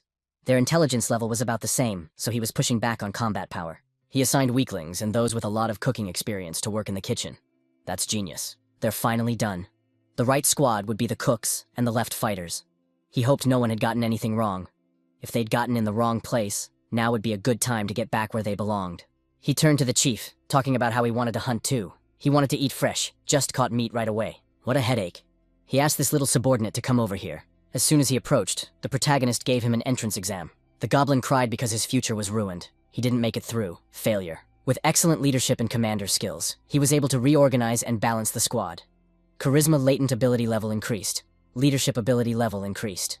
Hyun-suk asked if there were still people who wanted to change the squad. Since everything is settled, it's now time for the hunt. The battle squad must get their weapons out. North of the Black Fortress, the Great Forest, The forest is especially quiet today. Not a single demonic creature on the horizon. Rachel assumed it was because of the Bobos or Usaru. Perhaps they had scared everyone away with their mere presence. It was indeed quite possible. Those two are the best soldiers. They can't be left behind. Rachel offered to make a decoy. Hyun-seok replied that if they had meat, he wouldn't be in such a hurry to go hunting. In that case, another bait is needed. For example, those who attracted demonic creatures all the way here, who raised this child in the first place. He told numbers 14, 3, 1, 43, and 7 to step forward. Rachel asked, and how did he pick the numbers this time? He actually just dictated the number of his lottery ticket that he left on the ground. What if he won then? In short, they could begin. The guy ordered Uzar to grab number 14. The goblin asked if the chief had lost his mind. Intercontinental ballistic goblin. If they cast the weaklings as bait, it would definitely attract the attention of the beasts. Now they need to light a fire so their lost comrades can see the smoke and return. Rachel asked if they wouldn't die from such a throw. 1 in 6 would definitely come back, he thought. No breaks for Uzaru. He must keep throwing. The demons were shaking, for they realized that this man was just crazy. And they wanted to live a long life after all. They had better avoid it now. But there was already a Bobo behind him. He immediately began to explain to the Bobo-san that this was not what he thought. The goblin would dedicate his entire life to the Demon King's army. He could only hear cries for help. They are late. It was about time for those they had sent first to return. And there was the goblin running for help. The plan had worked after all. Hyun-seok was glad to have him back, so he decided to leave it up to the soldiers. Afterward, he just has to finish them off. And then suddenly, it was rushed into the battle by Uzaru. Uzaru ran screaming that he loves to fight. Absolutely no profit. All the monsters are flattened. Even as meat, these scraps are no good. Bobo and Uzaru had dealt with almost all the monsters with a single blow. She now realized that she would need to go back tomorrow without those two. Rachel replied that they only had 1 day left, so she asked if he was sure of his decision. Either way, he ordered to go back. They would be back here early tomorrow morning. Kitchen. Rachel asked why he had come here. Need to check on her to see if they could use the flattened meat somehow. He walked in on his foot and asked the bums where they were hanging around. Hands on their feet and quickly report to the chief. The demon immediately ran up to the chief and asked what was wrong. Hyun-seok asked if they got the meat that was obtained from the hunt today. Gollum, the sous-chef, replied that they got the meat, but its condition is a little off. Hyun-seok replied that true warriors are required to be able to do everything. He better remember that. He has experience with the watering kitchen, but he has no idea what to do with the mincemeat. Gollum explained that his main job back then was to guard the ingredients. And unless he was the battalion commander's personal cook, real cooking could only be dreamed of. Unless they asked him to fry meat. Now the protagonist realized everything and told this demon to leave. Golem told the others to start a fire. It turns out that everyone younger than the battalion commander is eating bland food. But if he played his cards right, things would get a lot easier than he'd anticipated. Hyun-seok walked over to Mrs. Evelson. She told Mr. Hero to pass. He greeted the saint and said that he came to check on her. It was only then that Rachel realized it was all an excuse to see this woman. She wondered why they'd gone into the kitchen. She probably hadn't had dinner yet. Thanks to the saint's support, he was able to win the final match. So as a token of his appreciation, he would like to treat her. Evelson thanked him for it. It smelled even better than she expected. As soon as she tasted a bite, she realized that it was really good. Much better than what she was eating now. Such an amazing and bright flavor. Judging by the empty plate, she really enjoyed it. Anyway, it was time for him to leave. Saint stopped him. Evelson wondered what he was going to do when he left this place. He's actually going to get married. That was clearly not the answer she was going to hear. The girl replied that he could go. In fact, there was one more thing he would like to do. But right now, he was wondering what gripes he had about it. What she was going to do when she left here. She didn't really have any ideas. Even when she left this place, there was still nothing she wanted to do. The divine empire of Gathrin, the capital city of Gradium, a state ruled by the Pope of the Church of Thusis. It was reported to His Holiness that they were able to find out the location of the next saint, Evilson Marriott. They were informed that she was in the custody of the Black Fortress where your monster eater resides. And how on earth did a saint end up in such a wretched place? Had they still not heard from the Demon King? It was unclear what they were trying to accomplish by keeping the future saint captive without any demands. In the history of wars, there were only a few instances of people managing to penetrate the Black Fortress. And it only happened when the monster eater, namely Hemis, was not there. Therefore, it would be pointless to attack directly now. It would be better to send a rescue party. The Emperor of Gathrin and the Pope of the Church of Thusis, Orvan IV, ordered to send for the hero, Sir Osild. The head service didn't understand at all what the saint meant. This place will do. Hyun-seok told the platoon leader to step forward. Now they have to eat it. Of course, the demons were already thinking that this was some new way of bribery or he was just giving away his leftovers. Hyun-seok asked if they really didn't want to eat.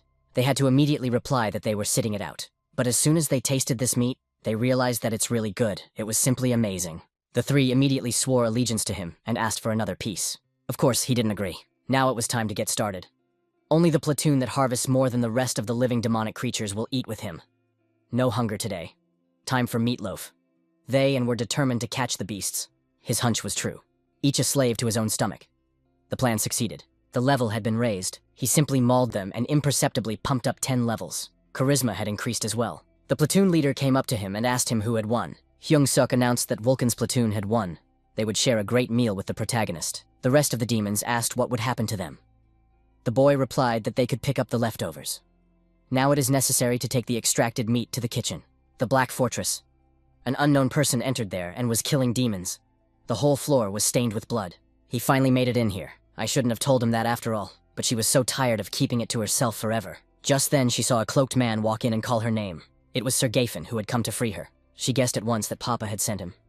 Evelyn apologized, however she would not be going back. So he'd better go. He wouldn't mind leaving, but a mission is a mission.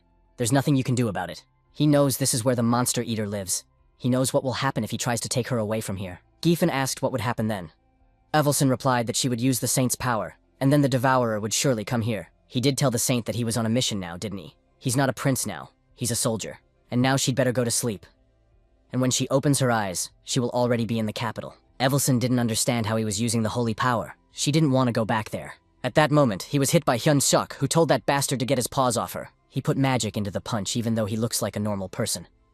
Gafeng wondered who he was. Moving, he's not bad compared to someone who uses magic. He did say to get his hooves away from her, didn't he? That's certainly not part of his mission. But useful materials are always in demand. So this kid will go with him as well. How these people annoyed him. Even Rachel couldn't believe that this guy was able to put down a hero with one punch. What should she do now? Maybe she should bring Bobo. Suddenly she noticed something. What is it? He didn't think it would come to this, but it looks like there's nothing to do. To bring another person with him, he'll have to do a little magic on the scroll. Suddenly there was another guest there, asking if he was in trouble. It was Hemis who offered his help. He clearly didn't expect to see the monster eater Hemis here. After all, he had blocked Evelyn's holy power. She preferred the term gourmet to devourer. Gafen couldn't sense any magical energy from her. Could it be a matter of power difference? Monster eater Hemis. The story of her devouring 1,000 soldiers in one day could very well be true. In any case, she really wanted to see what her guest could do. There was no need to panic. The most important thing was to block its attacks. Once he got the chance, then he would take the saint and leave this place. Suddenly, he felt dizzy. Wasn't she still watching their fight back then? Geffen was too late. Hemis liked his handwriting. Perhaps this man would amuse her some more. Given the situation, it would be a miracle if he could get away in one piece now, albeit without a saint. Mission failed. What a shame that this guest just took off. And she did ask him for a favor, didn't she? That's okay, because the real show is just beginning. The Eater is an ancient monster, and an immortal witch. That was the name of Hemis, the commander of the 3rd Corps of the Demon King's army. In the endless flow of time, demons were born and died, and only the Demon King as well as Hemis remained unshaken. Although the endless flow of time had dulled many things, such a crime is too cruel a price to pay for a long life. It still hits the forehead even with magic. It's not effective at all. He needs to be more flexible and not box himself in. Hyun-seok will take that into consideration. Besides, it doesn't matter how strong he gets. After all, there will always be someone stronger. He doesn't need to be afraid to use any method to win. This guy needs to keep in mind that a fair victory is the privilege of the truly strong. That was all for today. Reedran praised this guy for doing a good job. Rachel appeared there and asked Mr. Hero if he was all right. In fact, he felt like he was about to die. The guy asked for healing. Finally, he could breathe in peace. Rachel was beginning to assume that to him she was simply her elixir to heal his wounds. That's all she can tell him. He must grow stronger. Only the faith that comes from within will be able to protect their Mr. Hyun-seok. Just like Madame Saint said, he needs to become stronger. He's talking about that woman again. He almost died because of that saint, witch, or whatever she is. Now someone's going to be punished by God for saying that. But that mercenary used divine power. If the girl was really a saint, she definitely wouldn't have been attacked by her own. That's really strange. The next saint seemed like it should be valuable. In any case, he decided to just forget about this incident. Rachel wondered if he really liked that woman that much. That asshole has completely lost his mind. How much jealousy does he hear? It's like he really wants to die. He better remember what kind of world he's in. After a while, it's over. May he be a cat in a rich family in his next life. Bobo is worried about that too. Rachel didn't understand what had happened to the fool again. Hemis's office, 30 minutes ago. There's a huge dilemma. Hemis was bored, so she wants to see something fun. He has 1 month before he defeats the battalion commander. Now that's something he didn't expect to hear. Hemis asked, wondering if he thought he couldn't handle it. Maybe he needs help, like he did with Kirkin. He doesn't need that. He can handle it all on his own. Rachel said Bobo can say goodbye to him now. That dog won't see him for a long time. It's time for this Mr. Hero to accept his destiny. How is he going to become a battalion commander with only 9,000 troops? Actually, he's crying here, so Rachel better not get in the way. Otherwise, he'll just kill her. The hero has certainly grown a lot, but a battalion commander, that's a whole other level. They have about 40,000 power. There's no way he can become that strong in a month. It would be great if their priceless dog could fight instead. Bobo could fight the battalion commander as an equal, or even win. But a fight implies a duel. And then an idea popped into his head as soon as he heard about fighting and dueling. Hyunsuk asked again what the commander had said. You have 1 month. Defeat the battalion commander. It wasn't about fighting, was it? It's just about defeating the opponent. Rachel wondered if he'd gotten it right. He'll just lure the commander out and essek Bobo on him. That's the only way. Rachel couldn't even understand if he was so smart or just a coward. After that, the angel wondered how he was going to lure him out.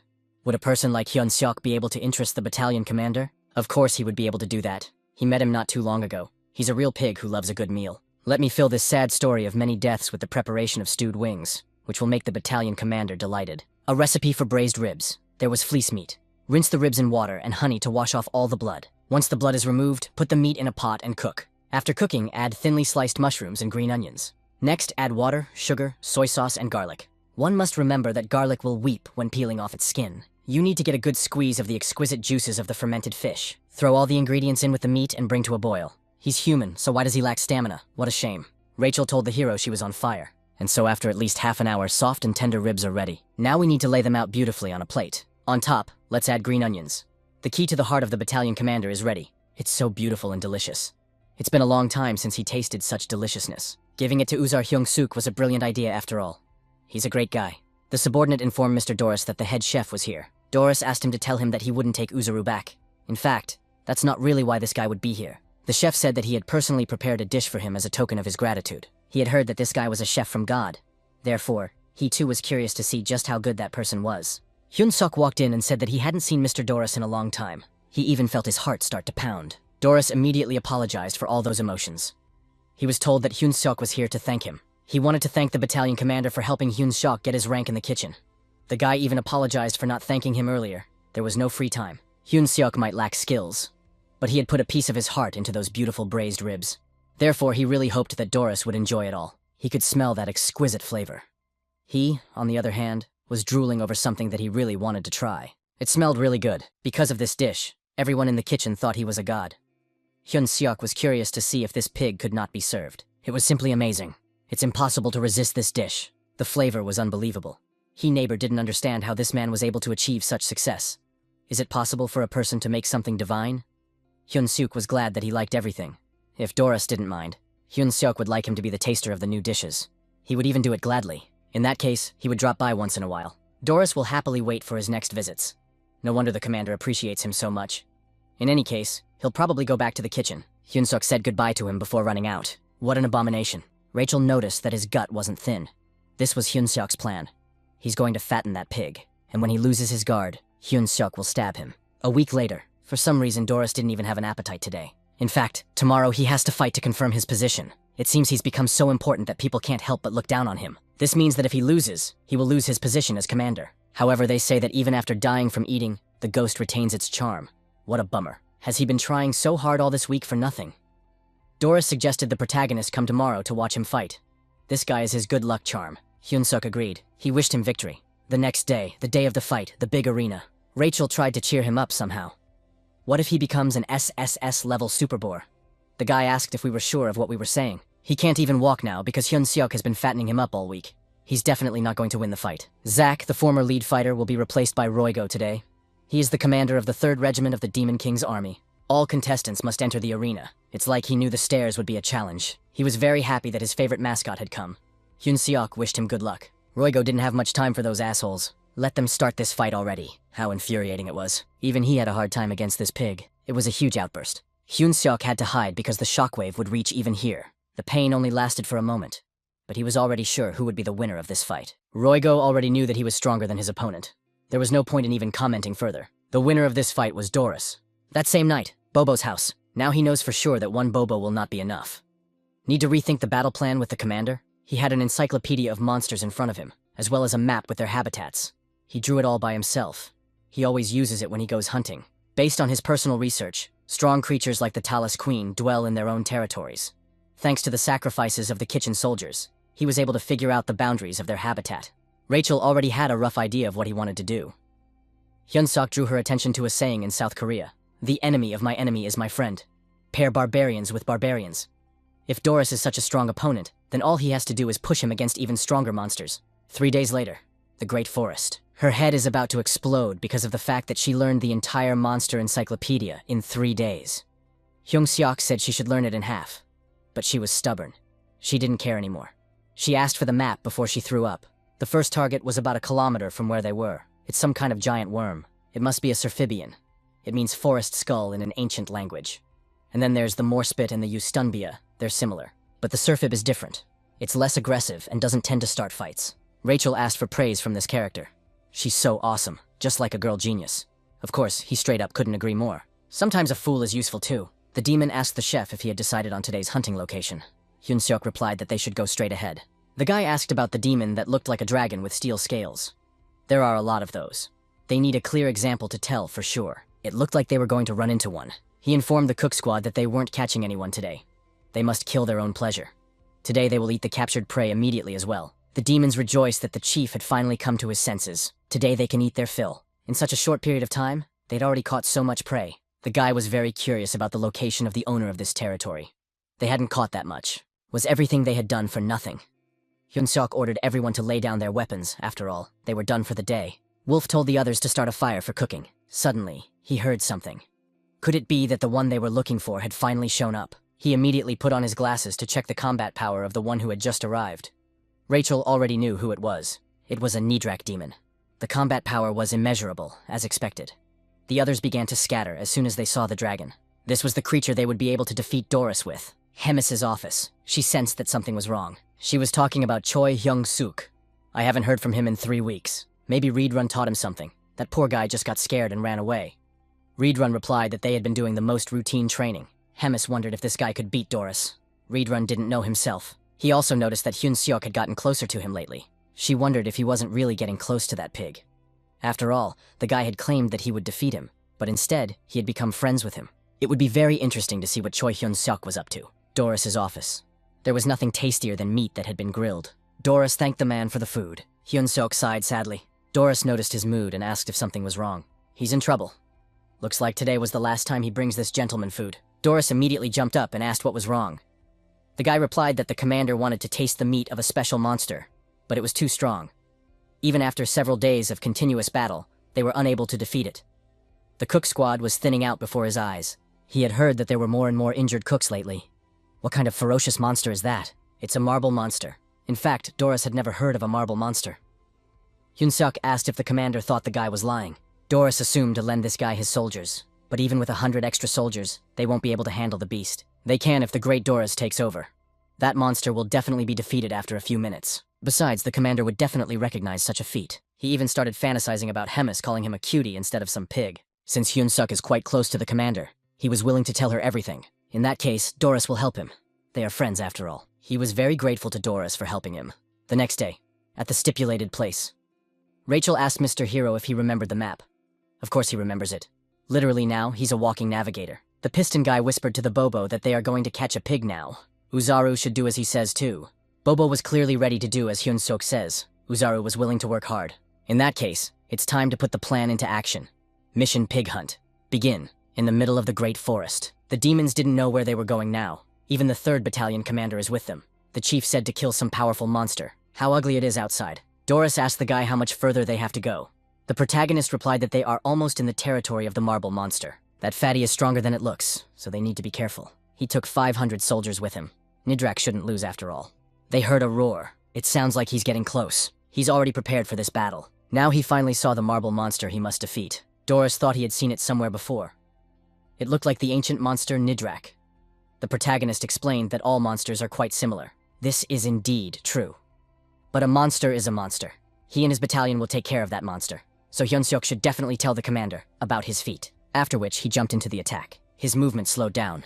We have to be careful. No one should retreat. They must follow the battalion commander. He attacked it once more with a meatball strike. It was hard to admit, but at this rate, this pig would really kill the monster. Who would have thought he would use his soldiers like this? They're taking all the hits for Doris. This isn't going at all the way he planned. Doris had already decided to finish off that marble monster. A subordinate runs up to him and informs him that there is trouble. There's another monster out there. The protagonist didn't understand where another monster came from if this is Nidrak's territory. We need to retreat. It was a Surfibian. Hyun-seok didn't worry about him because he thought he was harmless. But that bastard took the turmoil here as a territorial conflict and showed up to grab a piece of it. They can't handle two monsters, so Doris ordered everyone to retreat. Rachel asked the Lord Hero what they should do now. They can't let Doris go like this. Looks like they'll have to take a chance. He ran up to Doris. The guy should have realized it himself. All monsters are avoided here. Reed runs fighting style. First form, instant annihilation. Was it even his fault? Hyun-seok demanded that he rescind the order. No retreat. Everyone must fight. They must meet their brave fellow demons in the Valhalla. He felt the pain. Had he been betrayed? And some primitive little human had done this. He immediately got angry and shouted Choi Hyun-seok's name. How dare some little bug do that? Doris would risk everything, but he would kill that person. Promotion to the second level, full bloom. What is that pig even doing? Rachel yelled for the Mr. Hero to run rather quickly. The protagonist asked, well, where is he even supposed to run to? He really almost died. Did that pig really have a similar skill? Doris is going to tear that man alive to pieces. That's really dangerous. Where did the Bobo and Uzaru go anyway? It looks like they got attacked by a Surfibian. That means he will have to fight this pig alone. As soon as he shouted Choi Hyun-seok's name, he suddenly started coughing up blood. Hyun-seok doesn't know what kind of skill Doris used, but it's definitely to his detriment. And since that's the case, he just needs to buy some time. He told Rachel to vividly name the cluster of monsters she showed on the map. Let her recite it by heart. We need to run a little to the left. 11 o'clock. In a straight line would be a den of war dogs. Doris wondered if this guy really thought he could escape if he tried to run. Doris kicked all sorts of small monsters out of the way that were in the way of his escape. While normally mobs avoid the strong ones, cub habitats are a different story. A human cockroach playing catch-up. He would finish this unfortunate human off at all costs. Doris used an upgrade to level 3, Falling Flowers. He will make this man behold on his own beating through the beautiful one. A level increase was a demon's strongest weapon. Just when he thought he could win this fight, he suddenly started coughing up blood again. Rachel could feel that his demonic energy was getting weaker. Had he reached his limit after being promoted to level 3? He must have expended too much energy while hunting. Hyun-seok immediately asked where he was running to. He actually hated to say such a thing himself. But as soon as Doris's strength is restored, he will immediately come for that man's head. He doesn't forget such insults. Therefore, he will do everything to kill Hyun-seok as soon as his body can recover. The main character immediately jumped on him, talking about how he can move whenever he wants. However, now was not the time to leave yet. Doris asked the stupid man. Did he really think he could defeat him with his bare hands? Hyun-seok used the Reed Run fighting style to do so. 7th form, Blast Wave. The guy was surprised that this pig was able to withstand against such a blow as well. Doris shouted that this fool had underestimated him. At that moment, another demon intervened in their battle. It was Hemis. She was curious to know what all the commotion in front of her own castle was about. That blast wave caused the main character to be thrown back against a tree. What had that even just been? Doris asked for the commander to save him. He hadn't lost yet, after all. This wasn't even the final battle. In response, Hemis told him to just shut his mouth. How stupid he was to be hit by a pathetic little man. They're at war with humans, after all. Hemis shudders in disgust at the thought of the likes of Dorasu being a battalion commander in wartime. Perhaps it's time to put a stop to all of this. Hyun-seok immediately rushed out of his seat. Just like the commander said, right here and right now, Hyun-seok overpowered the battalion commander. His words are really true. They had made a bet after all. In that case, they would have something to discuss. She didn't even expect the Surfibe to show up. Hyun-seok didn't expect it either. He didn't even think that a huge monster would come out in the middle of a battle. She was curious to see what was going on in his head that he would pull a stunt like that. Hemis even wanted to look in there once. Hyun-seok replied that there was no need to do that. He used her own words nastier than her. It was pretty sneaky. She doesn't like that kind of thing. But this guy definitely succeeded. Next time she would be more specific in giving orders. There definitely won't be a next Rose, though. If he causes trouble or uses such devious methods again, nothing good will end for him. And he himself should realize that. Dom Bobo. Once again, it was a miracle he didn't die. Who would have thought that Doris was a polymorph that was getting stronger? What the hell was that all about? It was like some special demonic art. Rachel thought it was worth asking the cowhead about it. A Bobo intervened in their conversation. He too was having a hard time with all these monsters. But after all, the commander had completely figured it out. He even felt a little sorry for Doris. He wasn't a bad pig. Rachel replied that it was the person who was saying that was the one who was taking all the experience points by stealing the last blows. Hyun-seok immediately started apologizing, saying how sorry he was. Rachel asked if that was true. Of course he was terribly sorry. Rachel replied that he could take his hand away. You can't see the smirk behind it. Now Hyun-seok wanted to check to see how much of an upgrade he had gotten. It was pretty good. What's with the squares and question mark? Could it be a system error? Rachel asked if he was hallucinating, but it was actually true. There are squares and a question mark. The hero's system can't make mistakes. Once again, he's at the bottom being bullied. Anyway, he decided to pretend they hadn't talked about it. Rachel was getting tired of talking. She wanted to test his combat power and celebrate his 48th level. Rachel put on his glasses and saw that his combat power was 13,936. He was really pumping up quite nicely like this, and just yesterday, it was like he was powerless against a mere goblin. She had been waiting for this for so long that she had prepared a surprise. Rachel wanted to stay just as strong. They would drink to the day Hyun-seok would blow the Demon King's head off. To wealth and honor. Choi Hyun-seok's daily routine looped around. No matter how much stronger he became, daily tasks should not be neglected. He even thought about stopping by Mrs. Evelson's house after practice today.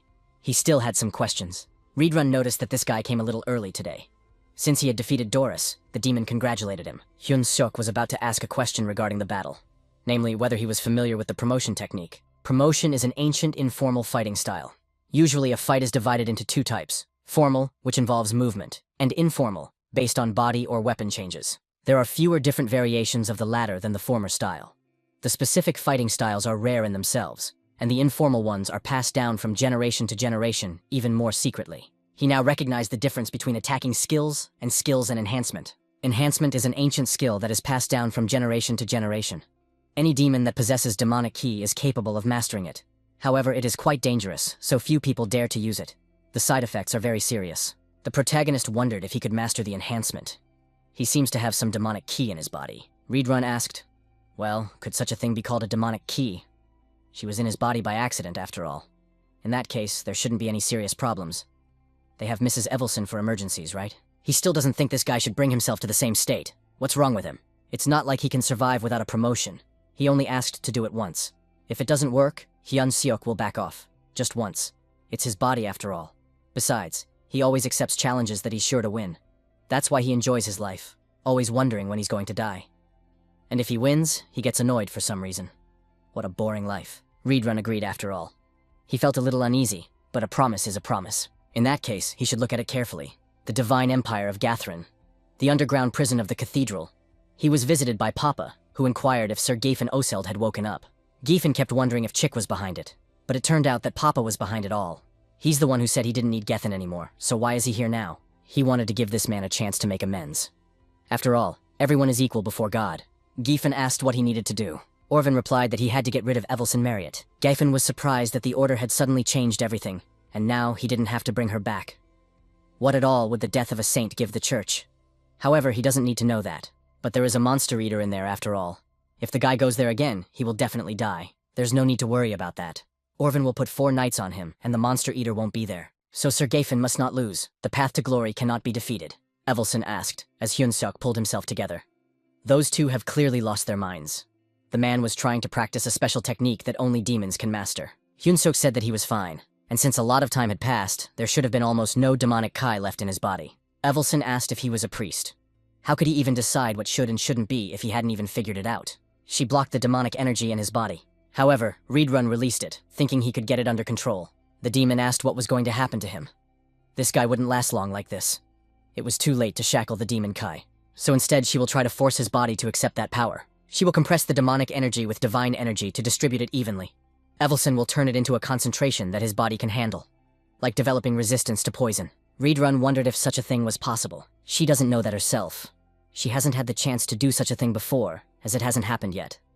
There is a possibility that the demonic ki might not accept the divine power and rebel. However, if other options lead to an even worse outcome, then one should at least try. Once again, he woke up in his bed. It felt like he had missed a lot of things. He was immediately pounced on by Rachel and Bobo. Rachel was glad he was finally awake. Mr. Hero had slept for 3 days, but it was as if he didn't remember anything. He only remembered that he wanted to master the promotion, and then nothing. Had his soul left his body or something? As soon as he opened the characterization window, he saw demonic energy. Hemis had said that he would wake up, right? Hyun-seok immediately stood up to greet the commander. She replied that he might as well not get up. In that condition, he can probably only crawl. Reedrun told her everything. He tried to use demonic kai even though he is human. So why this guy didn't want to share this fun thing with her specifically? He had a saint working on him. Looks like she's really worthy of her title. It's not bad at all. But the ending is pretty boring, and that's no fun at all. She's going to help him this time. What was it like there? He was her personal aunt, which is interesting to watch. Let him consider it a part of it. Reedrun was starting to worry about this guy. Hemis reassured him, talking about how he would be fine after his nap. And now they can go back to the study for now. She's suddenly been summoned by the Demon King, so she has errands for him. A few days later, Bobo's house. She finished treating him for today. After Togo's incident with the dark mana, Mrs. Evelson came to patch him up almost every day. He was insanely grateful for her care. After all, it was her will to live that helped him not die.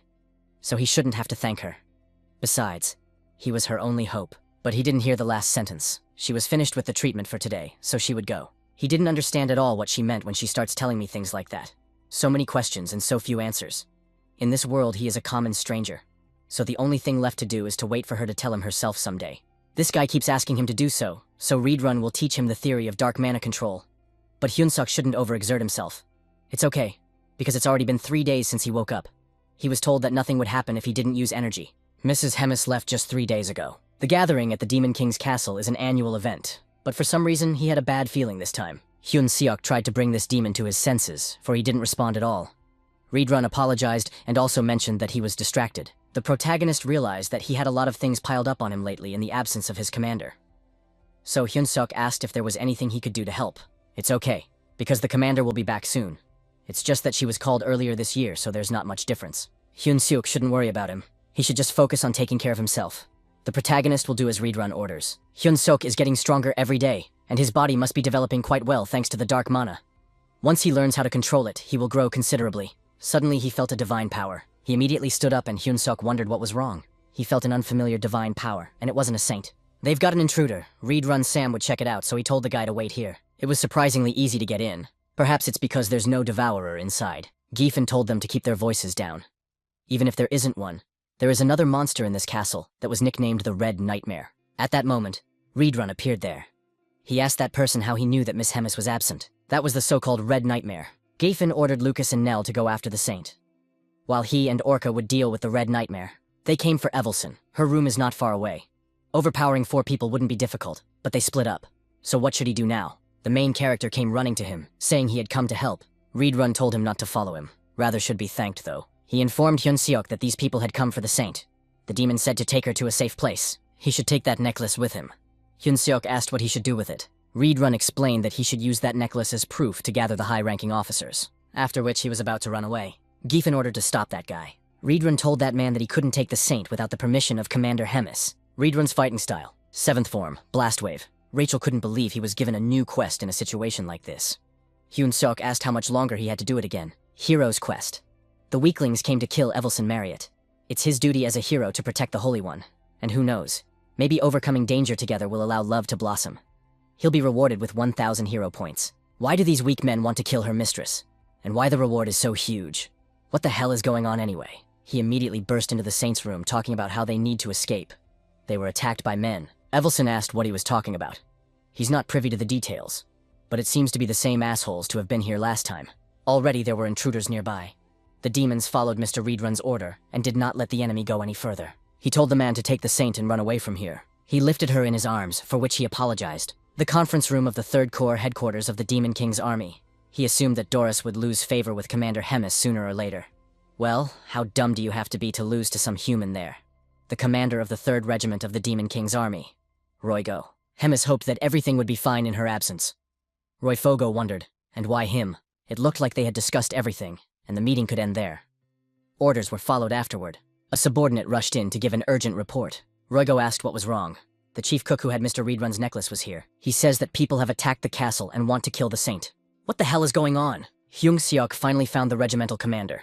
Roygo demanded that he explain everything in detail. First, Mr. Reedrun suddenly felt a divine power, and when he came out, it turned out that people had broken into the castle with the intention of killing the saint. Roygo didn't understand why people would want to kill her. He told the guy to take a deep breath and try to calm down, and just as he was about to say something else, he suddenly shouted for everyone to get down. They're under attack. We need to light the signal lights right away.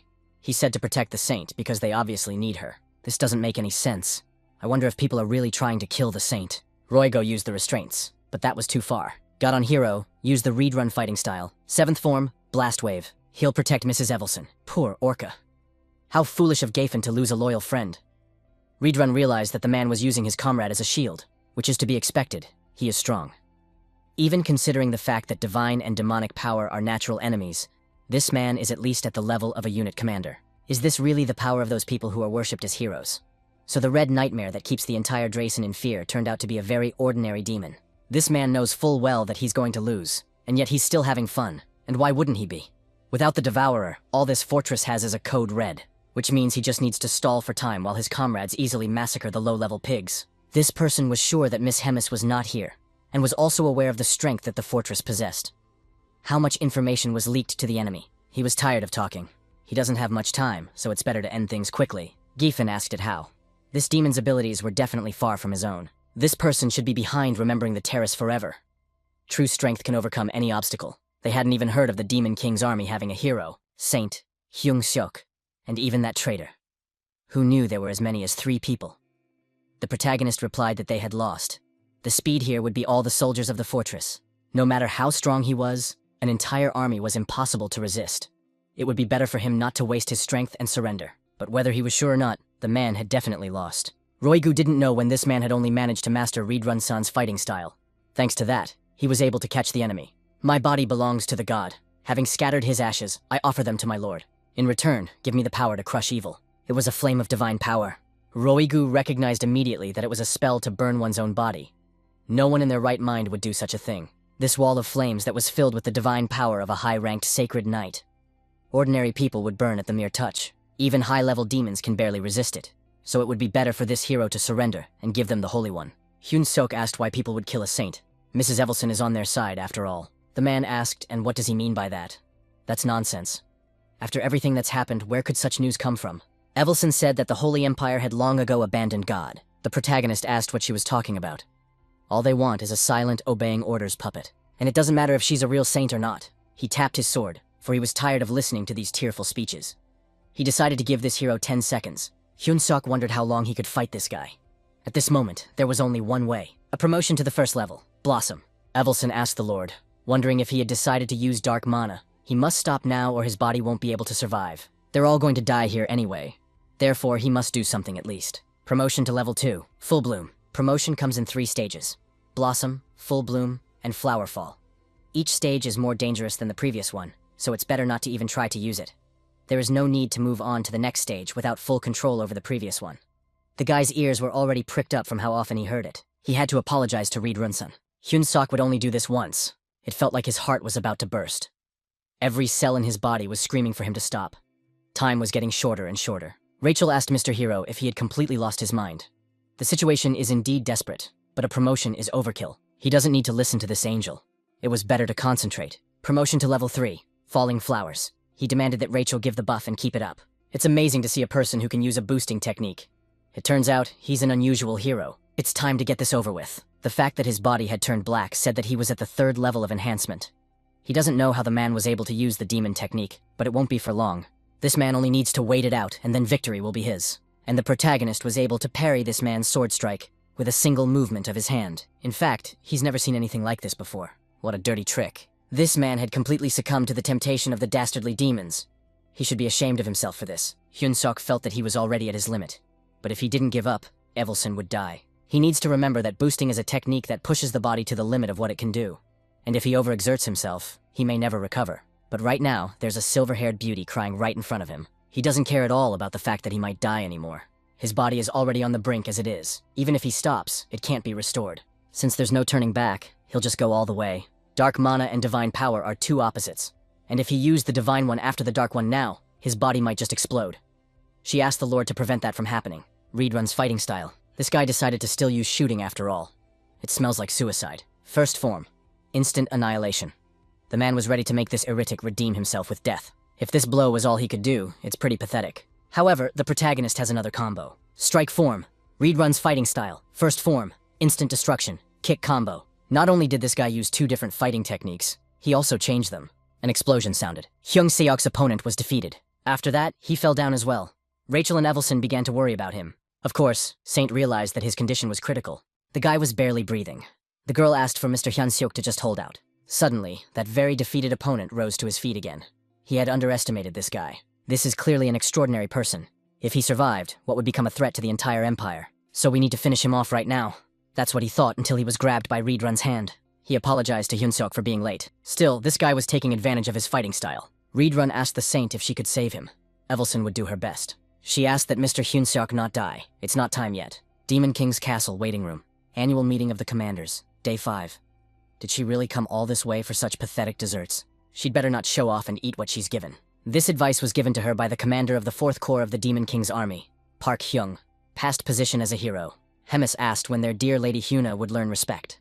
After all, she knows that Hemis could have killed her 100 times already in the past time, if not for the ban on fighting between corps commanders.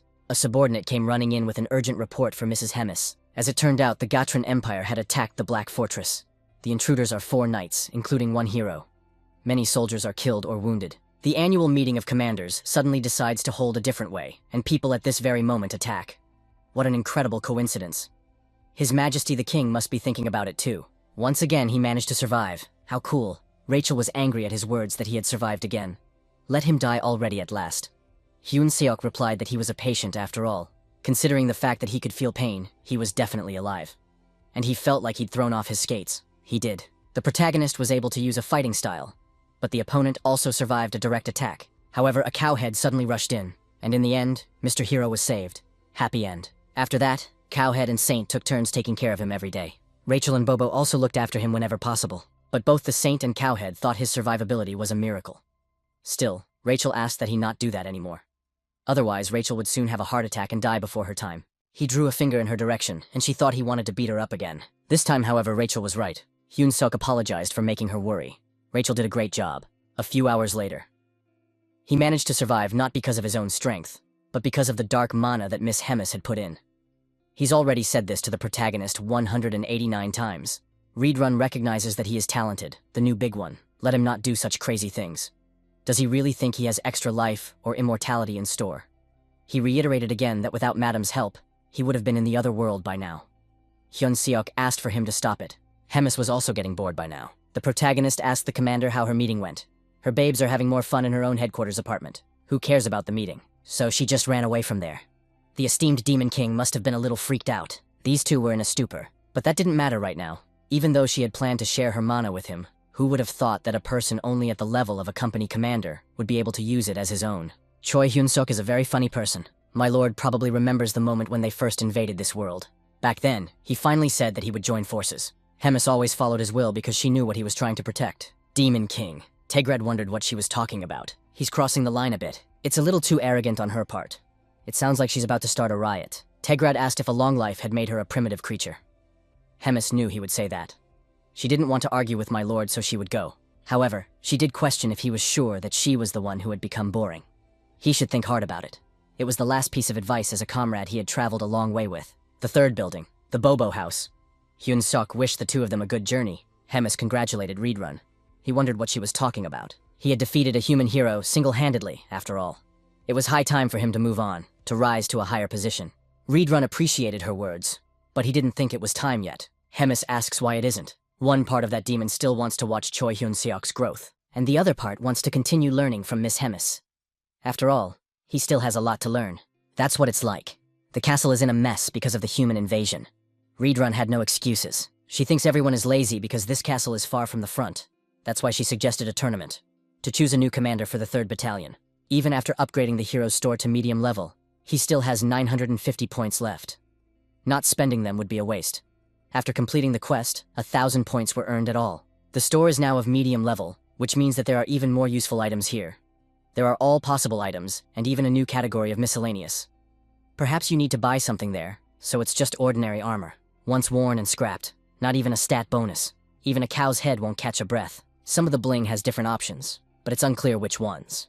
So for now, he decided to improve the combat power determinant. He wondered what this skill and magic creation was that cost 500 hero points. It's not an item, but rather the creation of a unique skill. For example, if they made a movie hero a skill and improved it, it would get better, but it would still be a kick. Probably. Sounds like something that would require insurance. The skill creation process has been initiated. Started observing and recording the user's mana and physical abilities for a certain period of time. The start and end times can be manually assigned by the user. Now he had seen with his own eyes how a skill was created. It's actually pretty cool. Choi Hyun-seok's character data record. He decided to start the back. The end of the recording. A skill is created. Optimizing the balance of strength.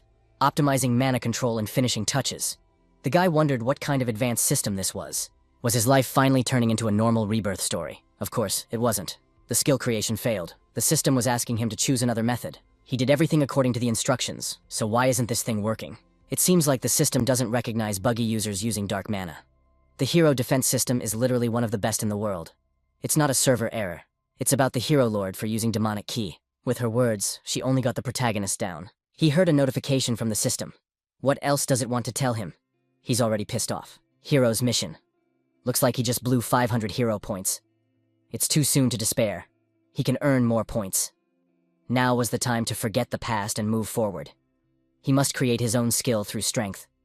Hyun-seok sent that system to the hell. Let them just give him his points back. Reed Run's training ground. The guy begged for this gentleman to help him just once. It turns out this guy wants to create his own skill. That was really the case. Reed Run agreed to help. Anyway, he was going to study with this guy today. They would start right away. And then the training began. It went on and on. Day 1, he finally made it. The hero's task had been accomplished. He had accomplished a great feat, surpassing the hero's limitations and going beyond the accepted norms. A special reward is available to him. Current combat power is 26,520. The protagonist now has a skill of his own. A modified version of Reed Run's martial arts, Nobility, the day of the tournament. Today's host is Jark. Today's tournament is a large-scale event where one commander of the 1st Battalion and one commander of the 13th Regiment will be chosen. The participants that are participating in this event were over 1,000. The entire tournament is divided into 3 stages, and they will be completely different from the usual fights everyone is used to. The first stage, which will begin in just an hour.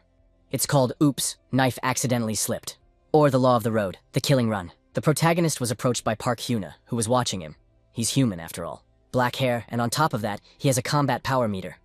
At first glance, this is the most ordinary hero, but for some reason, she could feel the dark mana in him. Reed Run asked that 4th Corps Commander Park Hyung step aside. He came with orders from Commander Hemis for their chef. Park Hyuna was surprised that the order was being given to this guy. In any case, if asked to get out, then so be it. It's boring here anyway. It's amazing that this cowhead keeps a human around. Not as food, but as a commander. That's pretty interesting. Reed Run replied that sometimes it acts weird, but still, this commander of the 4th Corps. It's also a former hero, just like Hyun-seok. Hyuna came to observe the tournament on the orders of the Demon King. But Mrs. Hemis is sure it's a surveillance, so it's best to stay away from that lady. It's obvious something's up. Anyway, he figured it out. The guy asked what the commander's orders were for him. The commander ordered him to become one of the 8 finalists in the tournament. Otherwise, they would send him back to the 2nd Corps as human research material. She said it would be protection pay. 2 hours later. The start of the tournament. Roigu will explain the rules. The first stage is a normal run. You have to run to the finish line. If one of the competitors is not accidentally killed today, there will be no punishment. This person must have heard that killing will not be penalized here. So that arrogant person better not hang around him. Of course Hyun-seok will do that. Let the race begin. He turned to the barbarians who can't fly. He'll accidentally drop something on them. Hyun-seok tells Rachel to activate the shield. She also has to tell him what's going on in the front. Rachel mentions that if he keeps running as well, he can rank 100. It's amazing that this man managed to survive. But that's where his luck ends, because he's about to die. Luckily, Rachel managed to block that punch. What about this one? It seemed to him that this attack was weaker, for that demon had split it. It was beautiful, but no more. The demon shouted as the man attacked them with his long-range weapon. That crazy bastard just decided to set him up. They were all focused on killing the man now. They never liked him anyway. The demon lunged forward and told this man to catch up if he could do it. What an asshole. He would regret it if he caught Hyun-seok's eye. The guy asked Rachel how many there were running in front of him right now. He was able to overtake 76 competitors. There were still 24 demons ahead of him. At this moment, the defense was broken through. Those fighting skills that Hyun-seok had learned were completely incompatible with the human body. Reed Run's enhancement techniques and fighting style techniques were created for demons. Therefore, he needs to come up with his own skills. A fusion of the dark mana that Miss Hemis gave him and the magic power of humans. It was his own skill. His skill. For a long time, the color of nobility was purple, and so was his skill. So why not call it nobility? Magic power was increased from C rank to D rank. Dark mana was increased from E rank to C rank. A nobility born in purple. An ancient term that denotes being born for the light of a nobleman. A fusion of 2 existing powers, giving rise to a new one, mastered by 0.06%. Nobility. First form. The king's step. He immediately began to overtake all the demons in front of him. 95 competitors have already reached the finish line. There were only 5 places left. This asshole didn't understand how a human was able to get to this place so quickly. What an unexpected encounter and quite pleasant. Reed Run's fighting style. Third form. Attack. Let him die completely by accident. He hit the wall. Here came the last participants, that 95th and 100th place. Hoglot and Choi Hyun-seok. Hyun-seok was happy that he was able to do it. And that asshole was unhappy with the dirty man's actions. He wanted to kill him already. Roygo kicked him, saying that the race was over. The 100 contestants who passed the first trials will take part in the second tournament in 3 days. They are now free to go. That same night. The forest next to the Black Fortress. Hyuna asked if she was really going to free him during the tournament. At that moment, another new demon named Motum arrived. It had been a long time since she had seen him after all. 97 years, 3 months, and 11 days to be exact. Hemis familiar, Motum, inquired about what he could do for Mistress. Combat power 198,532. Hemis explained to him that he should just take away the flags of all the participants. But there was no need to overdo it. If he encountered a weakling, he needed to be gentle with him. Hyuna noticed that the Devourer must have softened up since she was asking for such a thing. In response, Hemis asked why the 4th Corps commander thought demons were losing to humans.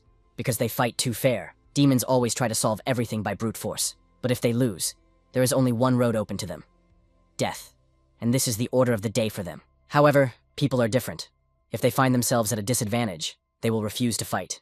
Humans are capable of cunning or playing a game outside the battlefield. That's why the Demon King keeps losing to the weaker race. Looks like it's time for someone to refresh their knowledge already. The rules for the second round of the tournament. Groups of 4 participants are formed randomly. Each group is given 2 flags. After 48 hours, the 10 teams with the most flags move on. Teams that find themselves at the end of the second stage without a single flag are disqualified. The demons wanted to use this person as bait to defeat the others.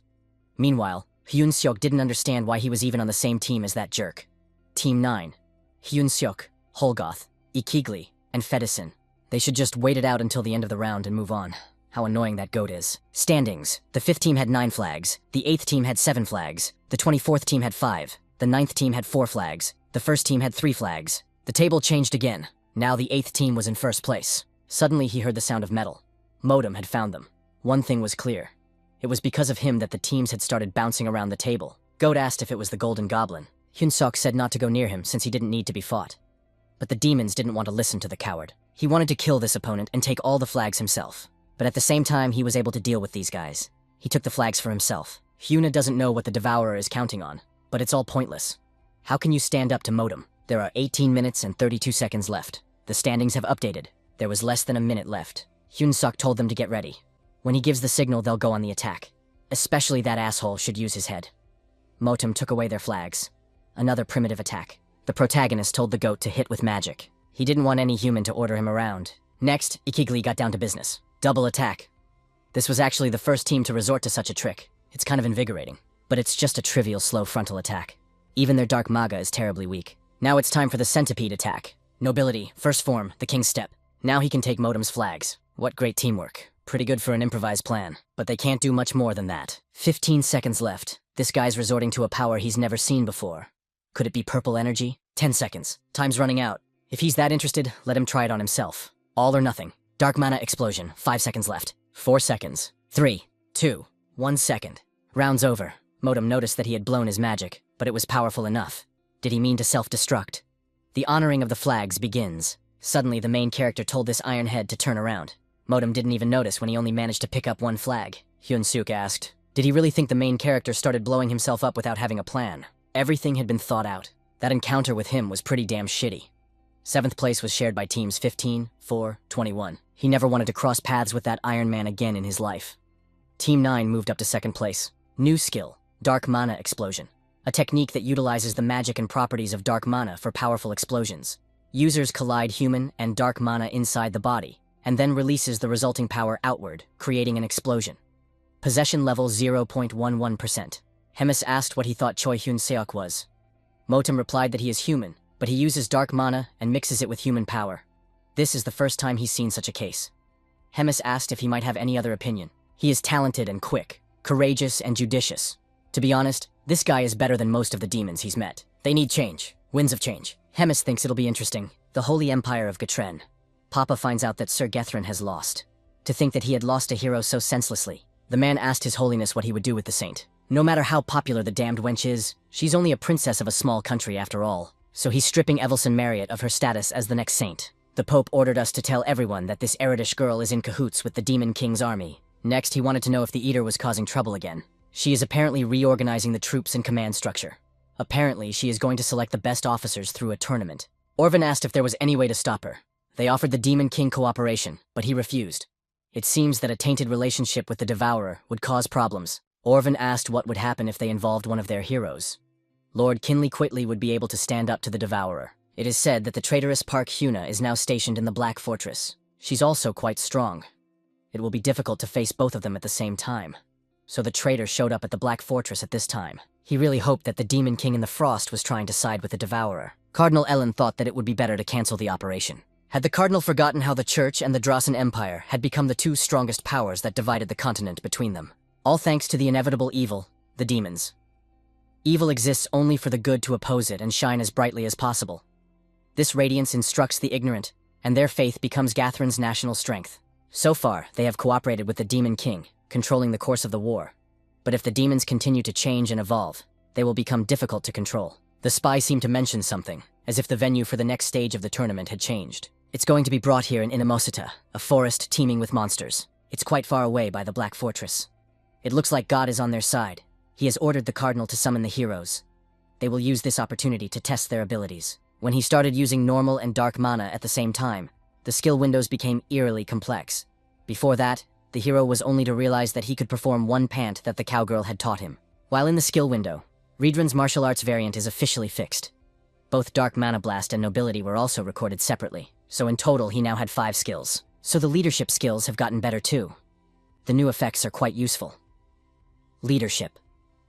The executive ability of the commander's subordinates had improved greatly. Rachel thought that this was a pretty good promotion. Hyunsuk wondered if there were any other items that increased his stats. Park Hyuna appeared behind him and told him not to get lost. He's not at that level. He immediately bounced away, because he didn't expect to see the commander of the 4th Corps in front of him. What a noisy guy that guy is. He better just shut up and finally tell him how many hero points he had now. Hyunsuk had 1,300 points and a store rank of average. What a piece of trash. The protagonist asked for advice on what would be the best thing to buy from a store at his level. She's already experienced in this, after all. It turns out this guy is also a parasite who wants to rise on other people's knowledge. In that case, if she tells him everything, then he should answer her questions too. Of the skills available, the ones designed for Aura are good, but he already has Aura. Then he just needs to level up his store and buy a pocket expansion. It's kind of like an inventory. For its cost, it's a pretty useful item. Now it was her turn to ask questions. The first question was if he was really a hero. Hyun Seok answered that he was something like Togo. The second question, however, was about why the hell he was even in the Demon King's army. The guy answered that it was pure chance. The next question was how he even uses both magic and dark mana at the same time. That came out on its own. Now she wanted to summarize. He's a hero, but somehow he ended up in the Demon King's army. And he can also use 2 different powers at the same time. That's just a load of crap. But she ended up here too. After a while, she approached this guy. Hyuna offered him a place in the 4th Ward. She would personally help him grow up. However, the guy refused. She decided to increase his weight. Hyuna asked him what his reason was for wanting to stay here. In the first place, it seemed to him that Mrs. Hemis was going to kill him. Since that's first, it turns out there's something else. He wanted to marry a blonde aristocrat and become a father of 5 children. Hyuna replied that he could forget about her proposal. He could do whatever he wanted. But the Devourer is definitely not going to let him go. After which, she left. He actually seemed to have gotten more attached to life here than he expected. Tournament, 3rd round. The protagonist asked for a Bobo to watch the house in his absence. The guy will be back as soon as possible. From the stadium, they will go straight to Inamosit with the others. It's time to head to the land of monsters. Level up. A new level for killing a single mob. Hyun Seok has already gained 4 levels. I wonder if he's dreaming. Dryad. Most dryads are plant-like demonic female creatures. They help other plants and monsters reproduce by exchanging pollen. Could this be the item? The rules of the 3rd stage of the tournament. Survive in a forest swarming with demonic creatures.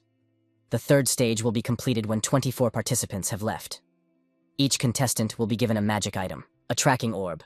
This orb runs on Dark Mania, and it was created for Hemis's amusement.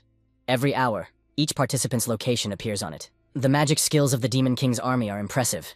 They can even use such complex spells. He wanted to take this and leave before anyone showed up. However, something popped into his head. He had finally found this person. Trump felt that he would definitely not be turned away this time. It was annoying as hell. And why does Roygo always play the role of watchdog? He's numb. Before the teleportation gate. The goblin told me not to say that. It's their only way through. Roygo knows what will happen if that gate breaks down. Who would ever think of coming into the middle of nowhere like this? As it turned out, such people would be found. He immediately decided to use his abilities to find out who was here. Could it be that these people came to hunt monsters? However, there is no strong magic coming from them. If Roygo attacked first and they discovered the gate, there would be trouble. Inamosit Ogroman. So it was unlikely that they were headed this way. He had a bad feeling, but decided to wait for now. This wretched man should crack before his might and beg for mercy from the great Lord Holgoth. Or he will simply choose to cowardly flee. There is no shame in fleeing. The scars on his back are a disgrace to a swordsman, not to one who fights with his fists. The protagonist was already contemplating just killing him. Trump mentioned that if this guy kills him, he'll regret it later. He has very valuable information, Hyun-seok asked. And what kind of information does he have? In fact, all the demons have this person first on their death lists. As if Hyun-seok didn't know that himself, but he was curious to know them. Where are the others? Why did he come alone? He started the countdown. After that, the demons came running there, saying that Holgoth had found a human, the large arena of the Black Fortress. She didn't expect them all to start hunting Choi Hyun-seok. What a pity. And Hemis doesn't look like she's regretting it. Roigo sent an urgent report that they're under attack. They're trying to breach the gate. The enemy is a squad of humans armed with stealth attack devices. Somehow they got the exact location of the portal. After that, the connection was cut off. Hemis turned to Reedrun. He's on his way immediately. So the humans came prepared. It looks like they have a rat somewhere. Hyun-seok asked if it was okay to do something like this at the tournament. What are the organizers doing? Rachel told Mr. Hero to keep his voice down. And there wasn't a person here. We have to wait for the next update of the tracking sphere. He's scared shitless. The guy didn't even know if he was going to make it out alive at all. Rachel mentioned that he's leveling up fast. Maybe they should level him up even more by having a massacre. She also asked if there was anything useful in the store. She's right. There should be something in the store, like an item that will break the game and save him from those assholes. Suddenly, another person appeared in front of him. The unknown man in a cloak asked if he was the hero that so many rumors are now about. He took off his hood. The others repeated after him. It felt like there was something wrong with these people. What the hell were the people here forgetting in the first place? The hero Andrew Taylor apologized for being late. Hero buildings. He encountered a group of evil heroes. Trying to defeat them is pure suicide. He needs to survive somehow. He has a main goal to survive, and an additional goal to kill the group of heroes. And as a reward, he will get 1,000 hero points. He immediately bowed and greeted this gentleman and also gave his name. Choi Hyun-seok inquired as to what brought him to this backwater. Demon hunting. Hyun-seok replied that it was a very noble mission, to deal with demons in the name of justice. In that case, he would go and kill a couple of them too. The protagonist wished him good luck. However, he will not be allowed to leave so easily. Also, Andrew must destroy the human traitor. There also came running demons, who finally found this man. Did this wretched man think he could escape from the great Holgoth? It was only then that the others noticed that there were 2 other people there for some reason. Could it be that this guy was using a cloning spell? They immediately turned their attention to the demons that had come. Hyun-seok shouted that they should sing the song of the 3rd Corps of the Demon King's army right now. Holgoth and the other demons didn't understand what he wanted to do. Andrew didn't understand his intent either. We, the great army of the king. We will crush all humans, and devour them to white bones. We will slay all our father's enemies, for we are the king's army. Charisma and leadership have been activated, and the morale of our allies has been boosted. Exterminate. That guy's got a point. An army is an army. They should kill people now. Hyun-seok vowed that he would always remember the great sacrifice of his comrades. He suggested that they meet again at Valhalla. They probably won't last long. Soon, that hero will catch up to Hyun-seok. How will he be then? Suddenly, he was stopped by Roigo. The protagonist asked the commander what was going on here. Roigo explained that the people destroyed the portal leading to the fortress. Hyun-seok asked, "What about the guards? They're probably dead too." Roigo himself barely made it out of there alive. How can they all be dead when the enemy only has 40 men after all? Roigo explained that they were all at battalion commander level. 3 of them are like regimental commanders in general, and 1 is like a division commander at all. Hyun-seok asked how they would get out of here alive then. The answer is simple. They can't. And this guy's wearing a tracking spell, in case he didn't know. The humans have done a good job. Roigo's the highest-ranking man in the Demon King's army, so it's easy to track the 2 of them. The protagonist asked Coco if she could break his spells. Roigo is good at magic after all. He replied that it would take too much time.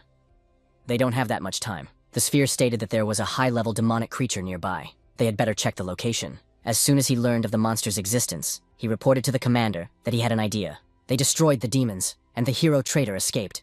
We need to move on to kill him. The subordinate reported to Andrew that he was not far from here in the east. However, the hero sensed more than just that guy. There's more Flocklade out there. Flocklade. Average combat power between 250,000 and 300,000. It's a Nemesite's strongest predator. A huge plant-like demonic creature that is considered particularly dangerous. It requires at least 1 hero-level fighter to destroy it. It can be defeated, but the damage will be enormous. And so this plant appeared right in front of them. It was terrifyingly huge. Those 2 attracted its attention, and that traitor was out of his mind. Pheromone perfume. A perfume with a scent that some monsters love. The farther they are from the subject, the weaker the effect. Slightly increases the monster's proximity to humans. A female dryad. Advancement status. He will do whatever it takes to survive, even if he has to become a female tree to do so. Andrew will deal with this traitor himself. Andrew immediately headed towards them. Roygo managed to fend off his punch, after which he jumped back. Advanced Hero Swordsmanship, First Form, Hero's Path. This was the attack he used against Roygo. Other subordinates jumped in there and prepared to capture him. However, they would be dealt with by Hyun-sok. The protagonist decided to take on the smaller mobs, and he should last a little longer. Andrew asked if he planned to keep stalling. Top of Flock Day. Before engaging the enemy. This plan will make the best use of their strengths. Roygo should constantly run away and deplete the enemy's stamina. He can also use the demonic beast as a shield against his attacks. He has skills like stealth, whip, fast movement, and binding magic. Kind of like mid to long range support. Meanwhile, Hyun-seok will deal with the monster. The key to this plan is not to go in for a frontal attack. They'll call this Operation Attack. Andrew noticed that he's a very sneaky bastard. How long is he going to run from him? Turns out that's how people usually fight. Pretty cowardly approach. Andrew's sick of him running away all the time. However, this will buy them some time. There was an order to kill the traitor. Therefore, he was determined to kill Hyun-seok. Fortunately, the protagonist managed to dodge all his attacks. This guy is strong. One punch and he's definitely a dead man. But his movements are pretty predictable. There's nothing supernatural about it. It's just a normal sword swing. Hyun-seok tripped him and the man fell down. After that, he finished the man off. His level was raised. The protagonist didn't even think he could win so easily. And that fast. However, their movements were very unusual. At that moment, he wondered if they were even human.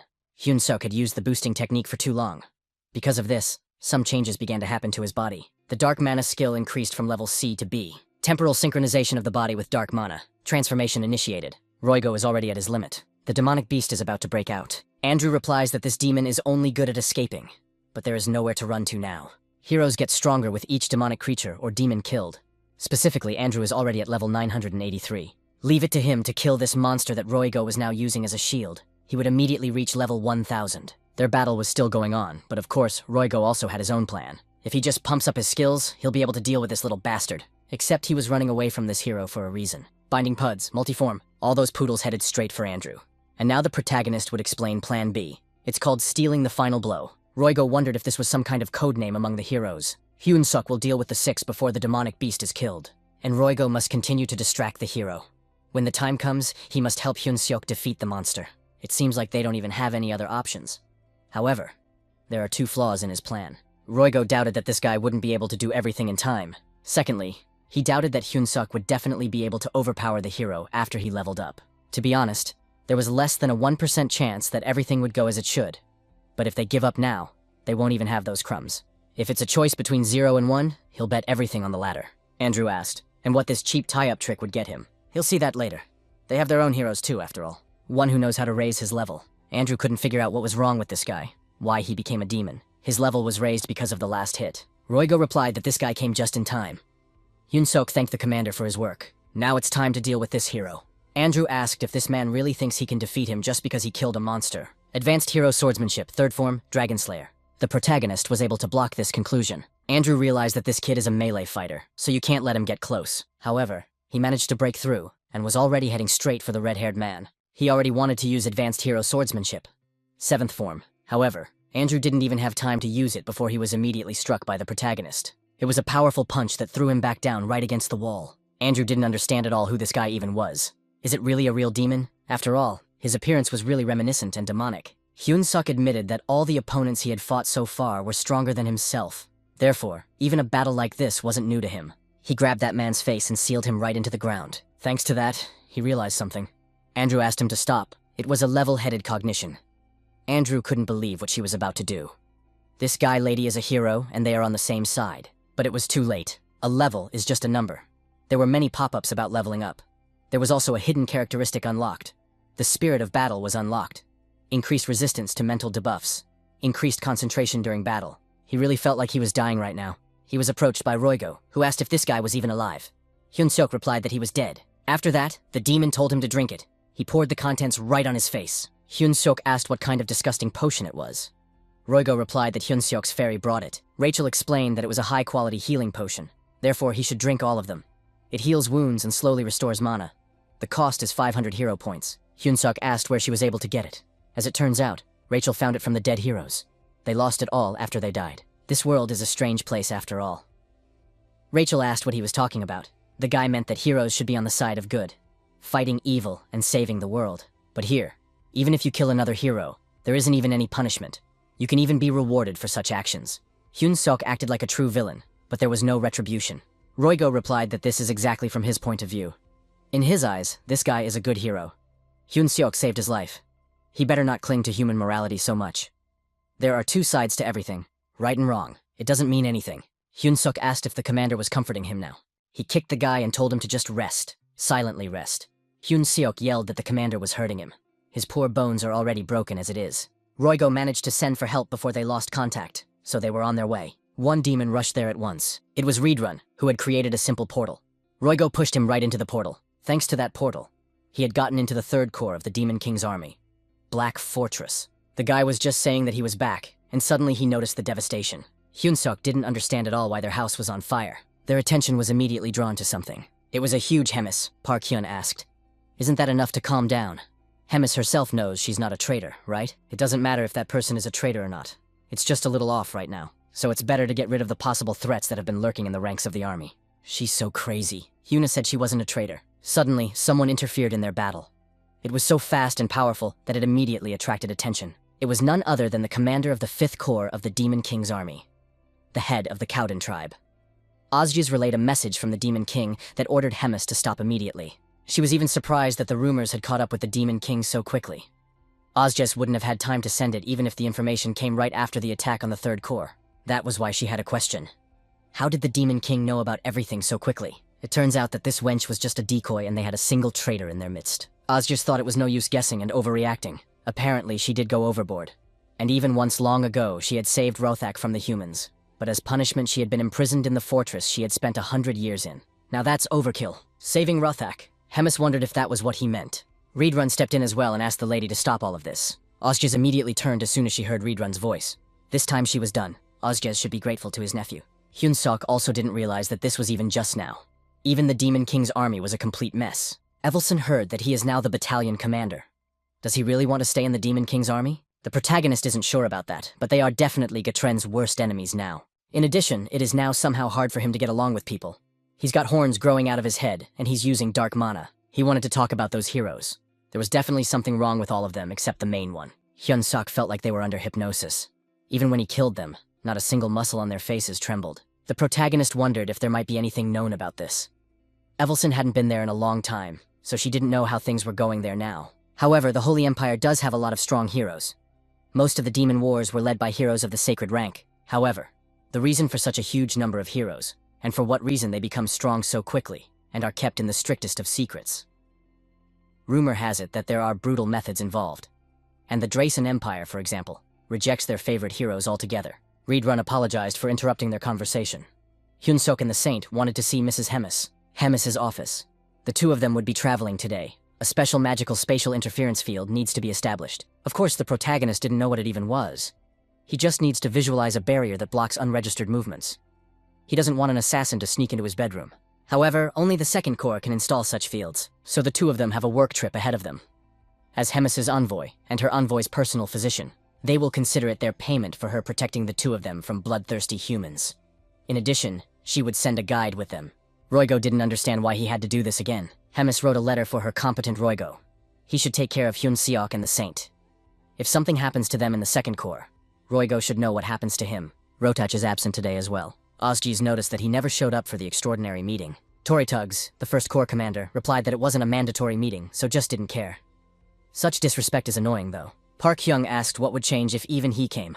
Hemis simply remained silent. The Demon King and Army Commander-in-Chief suggested to just continue the meeting. The action of the 3rd Corps commander was on the agenda today. Hemis decided to hold a large-scale event without prior notice. Because of which, the humans took advantage of the moment and attacked the fortress, causing destruction and casualties in the army. 97 dead, over 100 seriously wounded, and the rest had minor injuries. In addition, Hemis attacked the commander of the 4th Corps, Park Hyuna, without warning.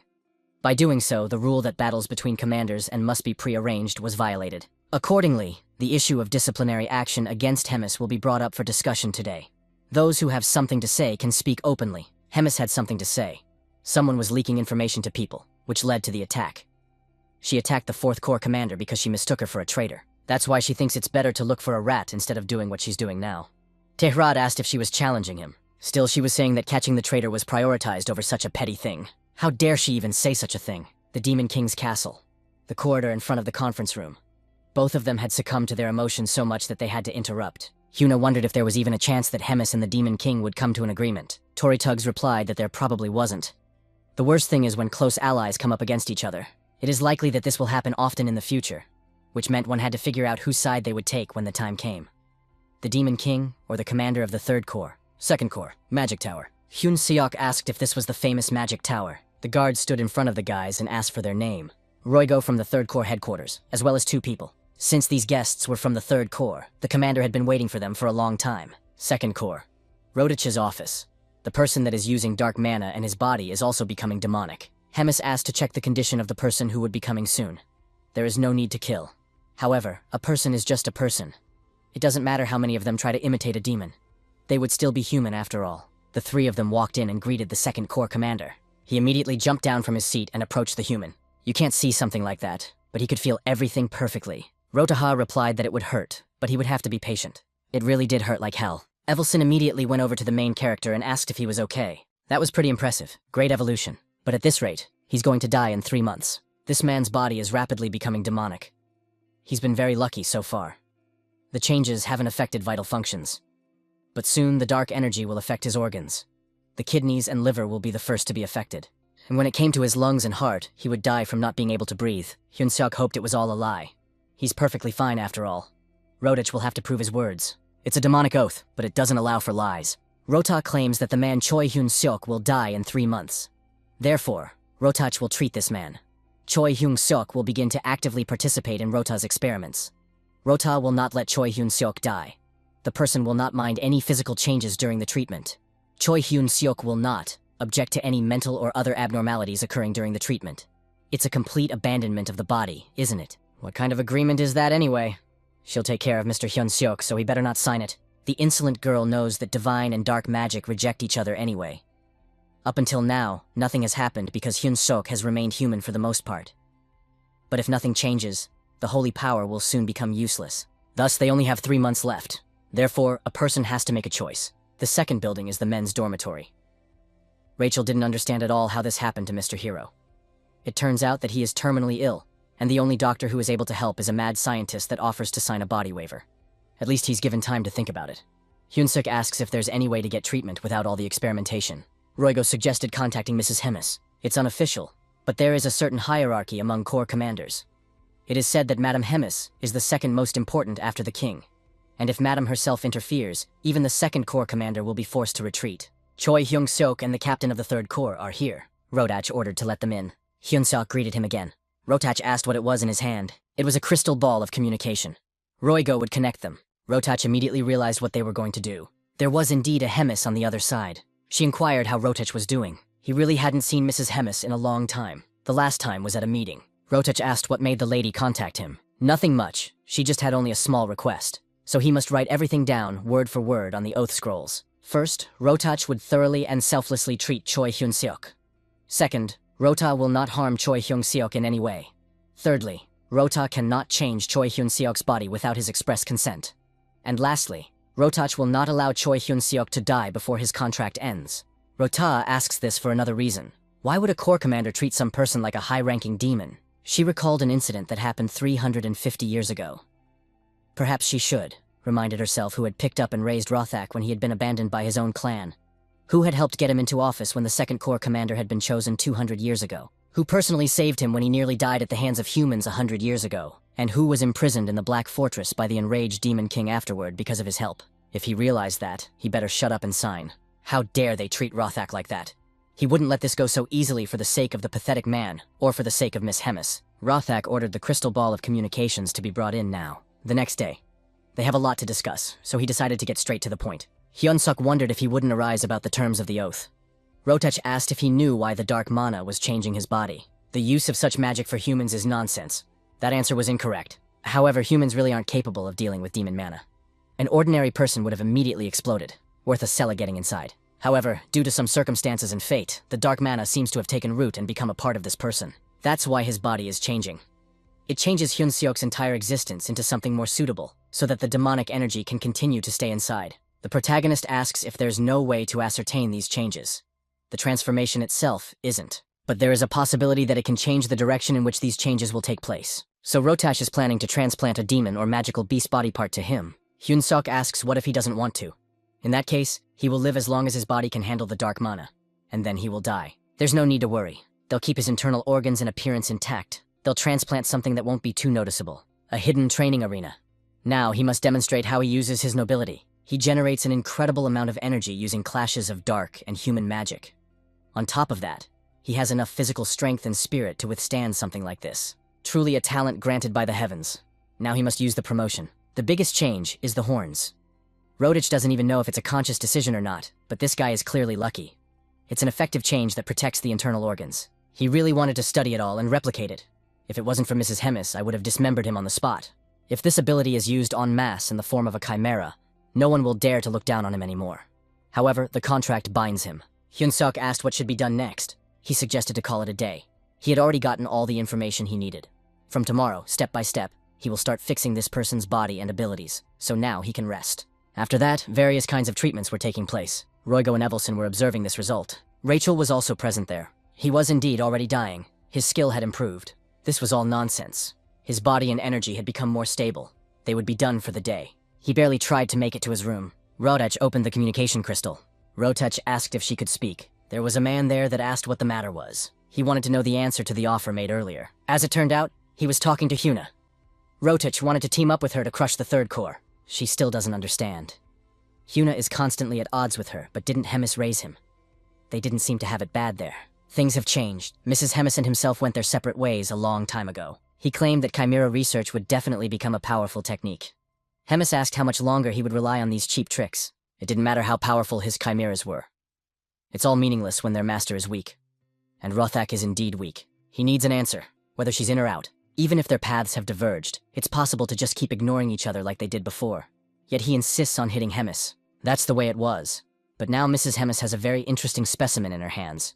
If Rotech was able to replicate his ability, it would be possible to achieve incredible heights. It was about Choi Hyun-seok. Hyuna asked if he was really so unique that they could get rid of Hemis for him. His talent is worth it. It doesn't matter how strong Madam is. She definitely can't handle two commanders alone. That's why he suggested teaming up. Hyuna agreed. Even though he talks a lot, it would definitely be difficult to handle two alone. She asked to be informed when there would be a concrete plan. Rodich will contact her in a few days. All this was overheard by Rachel. Hemis only laughed at the fact that they were in such a hurry to give her this information. Hyun-seok asked if she wasn't surprised. Why would she be surprised? She had a premonition of it. After which she asked if that was the only reason they contacted her. The main character just wanted to ask what he should do next. He's like a shrimp that's stuck between two fighting orcas. In that case, she's got a great idea. An idea that will put dear Rotach in a very difficult position. It's Rothak's lab. He caught a mouse. Roygo has found where to go next. Is this really the treasure of the commander of the second corps that Mrs. Hemis spoke of? These are flasks with the dark mana of ancient beasts that are already extinct. This is the most poisonous. But it's better not to be in a hurry. This guy should know that if something goes wrong, Roygo is willing to spend on his funeral. Hyun-seok was touched to the core and thanked him for that. In that case, he decided to drink that liquid. Operation Self-Torture and Intimidation Group. The protagonist asked and what he should do. Hemis replied that he should traumatize himself. Of course, he didn't expect to hear that. Surely this guy wasn't scared, but she was being serious. He had just received a report that Rotach was being lazy in treating Hyun-seok. He'll probably only do the bare minimum because of the contract, and then get rid of this guy afterward. What does that even have to do with him having to traumatize himself? The precious Rotach has an essence of dark mana that he's been collecting his whole life. This guy will absorb one of them. Hyun-seok hoped it wouldn't kill him. He must remember the demonic oath after all. As long as it was in effect, then he wouldn't die in front of the second in command. Rota wouldn't let that happen. If Hyun-seok is still nervous, then he should just trust her. She raised Rotach, after all. Rotach was a great doctor for getting her recognition, so one should always read what he signs carefully. Rachel asked if he was okay. Surprisingly, everything is fine. And here he was about to say something about the flavor, just as suddenly this flask shattered right under his feet. He was bleeding from his mouth. That's what started it. Rachel asked why. He drank the concentration of the ancient demonic beast's dark mana. It felt more like death than anything else. They could have warned that it would hurt this much. Roygo forgot to say. Well, it happens. After that, he woke up. The guy stood up and tried to realize where he was. This is the Second Corps Commander's office. This white hag has been courting the guy for 4 days and cursing for the same amount. Rachel asked how he was feeling. And then Hemis, Rothak, and Roygo came in. Roygo said he was feeling better, so she came in. He looked really well. He had even gotten stronger than she had realized. However, the protagonist wasn't sure about that. Only then did he notice that something was wrong with his arm. The dark mana of the ancient demonic beast he drank had settled inside his body. That demonic beast had a feature of having an invulnerable body. Now Hyun-seok had that specialty as well. She was even a little envious. Why on earth was he hiding something so worthwhile from her? The person's treatment had been completed. That's why he wanted to destroy the Oath Scroll. He could really do that. After all, the contract was only about the treatment. Rothak claimed that Mrs. Hemis would regret it. I wonder if he really thinks so. Hemis doesn't know what he's up to, but will she really regret it? That's still in question, but that's what it's looking forward to. Reedrun's training ground. Reedrun blocked his attacks, after which Hyun-seok threw another punch. He was even glad that he was able to hit much harder. At that moment, Reedrun swung at him. Everyone says that the protagonist has more strength, but he's still not Reedrun's equal. Does he really think he is? This guy is still growing faster than anyone Reedrun has ever met, and there's no such thing as no growth at all. It's best to forget about him. But his body is definitely not used to the new power yet. It would get easier soon. Hyun-seok wasn't sure about that. Even in the last battle, he needed help. He would have to be patient. Soon, he would have a chance to prove himself. Then next time, he would show how good he was. Demon King's army, 2nd Corps, they must hurry. All warriors must take up arms, and put all the chimeras in the crates. A subordinate has informed the commander that they are ready. In that case, it's time to move out. Their goal is to resume the human experiments and retrieve the Black Fortress that Miss Hemis stole. That arrogant head of the 3rd Corps and that insolent little man. And all the others. Rodich would destroy them and clean them up. Suddenly there was an explosion. The demons announced that they were being attacked by the Skeben tribe. It was the invasion of the 2nd Corps. The Skeben tribe. Rat-like creatures with an average height of about 1.5 meters. They don't have much strength for their size, but they're very intelligent. What amazing firepower. I can see why he was so confident. The subordinate reported to the commander that the fortress wall had fallen.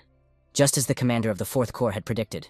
They had not had time to fully rebuild the walls. He ordered to release the chimeras to the front lines and tell Gaeldao to catch that arrogant experimental man. Meanwhile, he and the 4th Corps commander would deal with the 3rd Corps commander. He knew that Rat would pull something.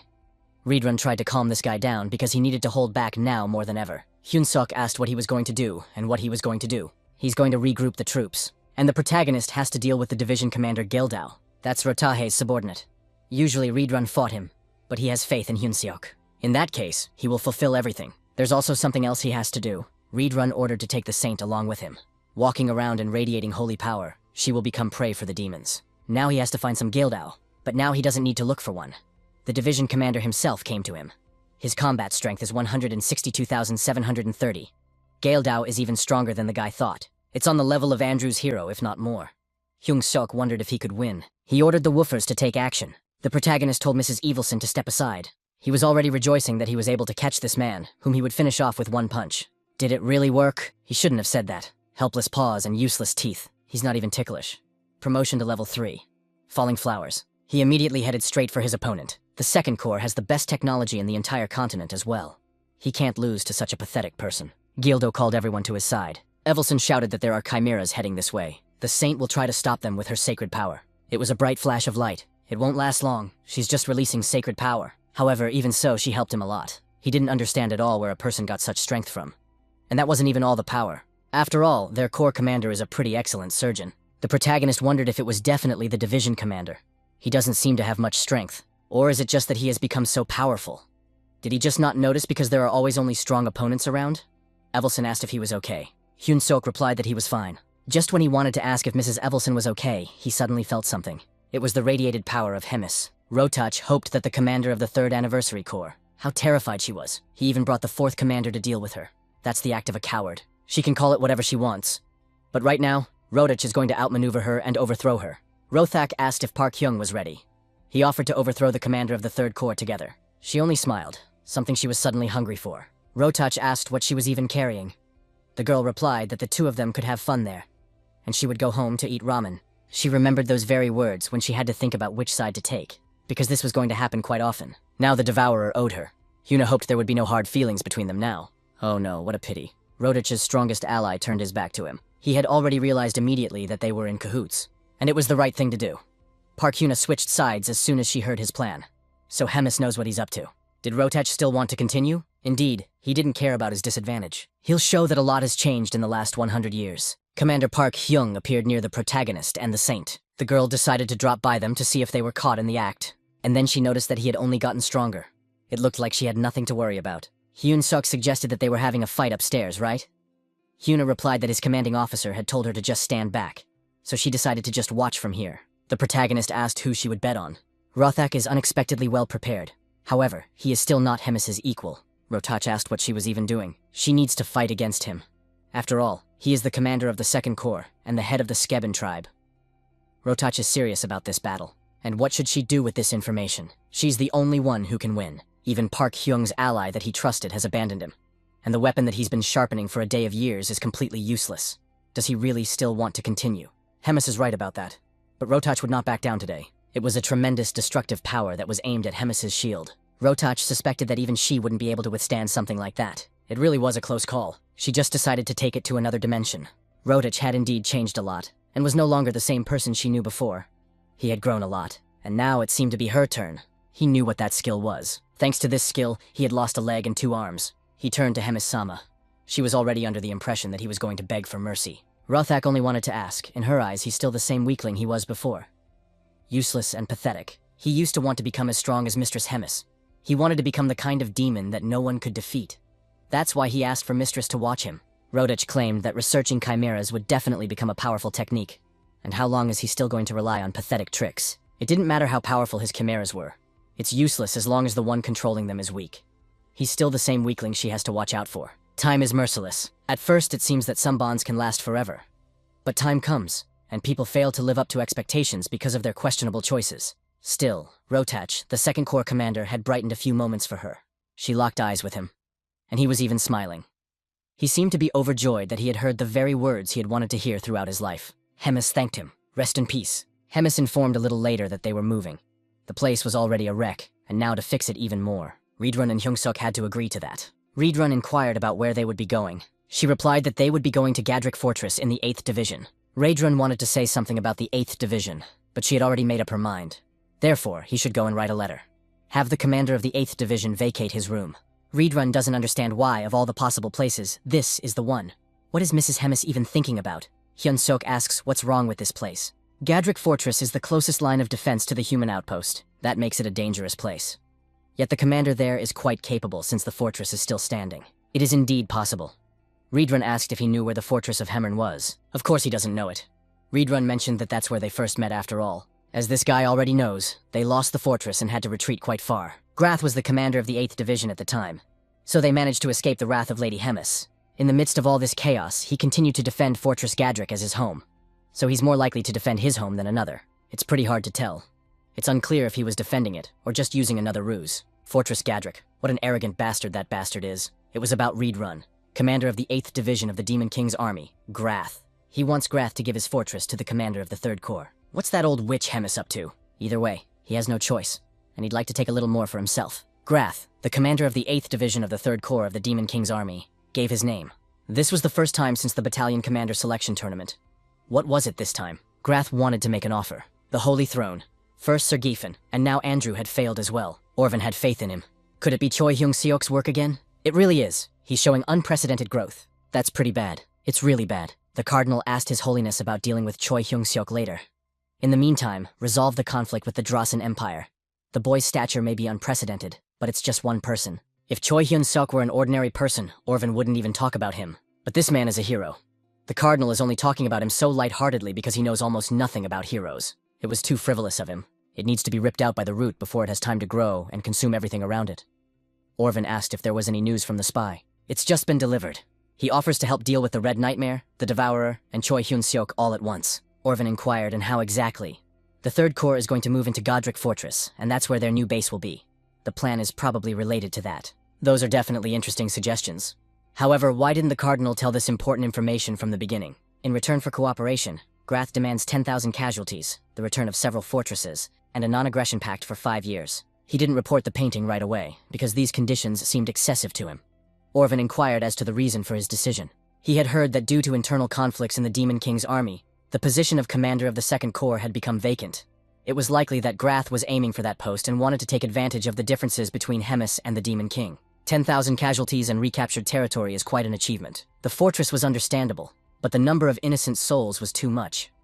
Apparently, he had decided that their citizens were like common cattle. Orvan ordered the deal to be approved. He clearly hadn't expected such a cruel decision from His Holiness. They had a rare chance to get rid of 3 threats at once, and put a spy in one of the key positions in the demon army. For such an opportunity, he is willing to sacrifice not only 10,000, but even 100, or even 1,000,000. However, this time they should prepare more thoroughly. They cannot afford another failure. Orvan has ordered the legends from all regions to be summoned. This will be the final battle.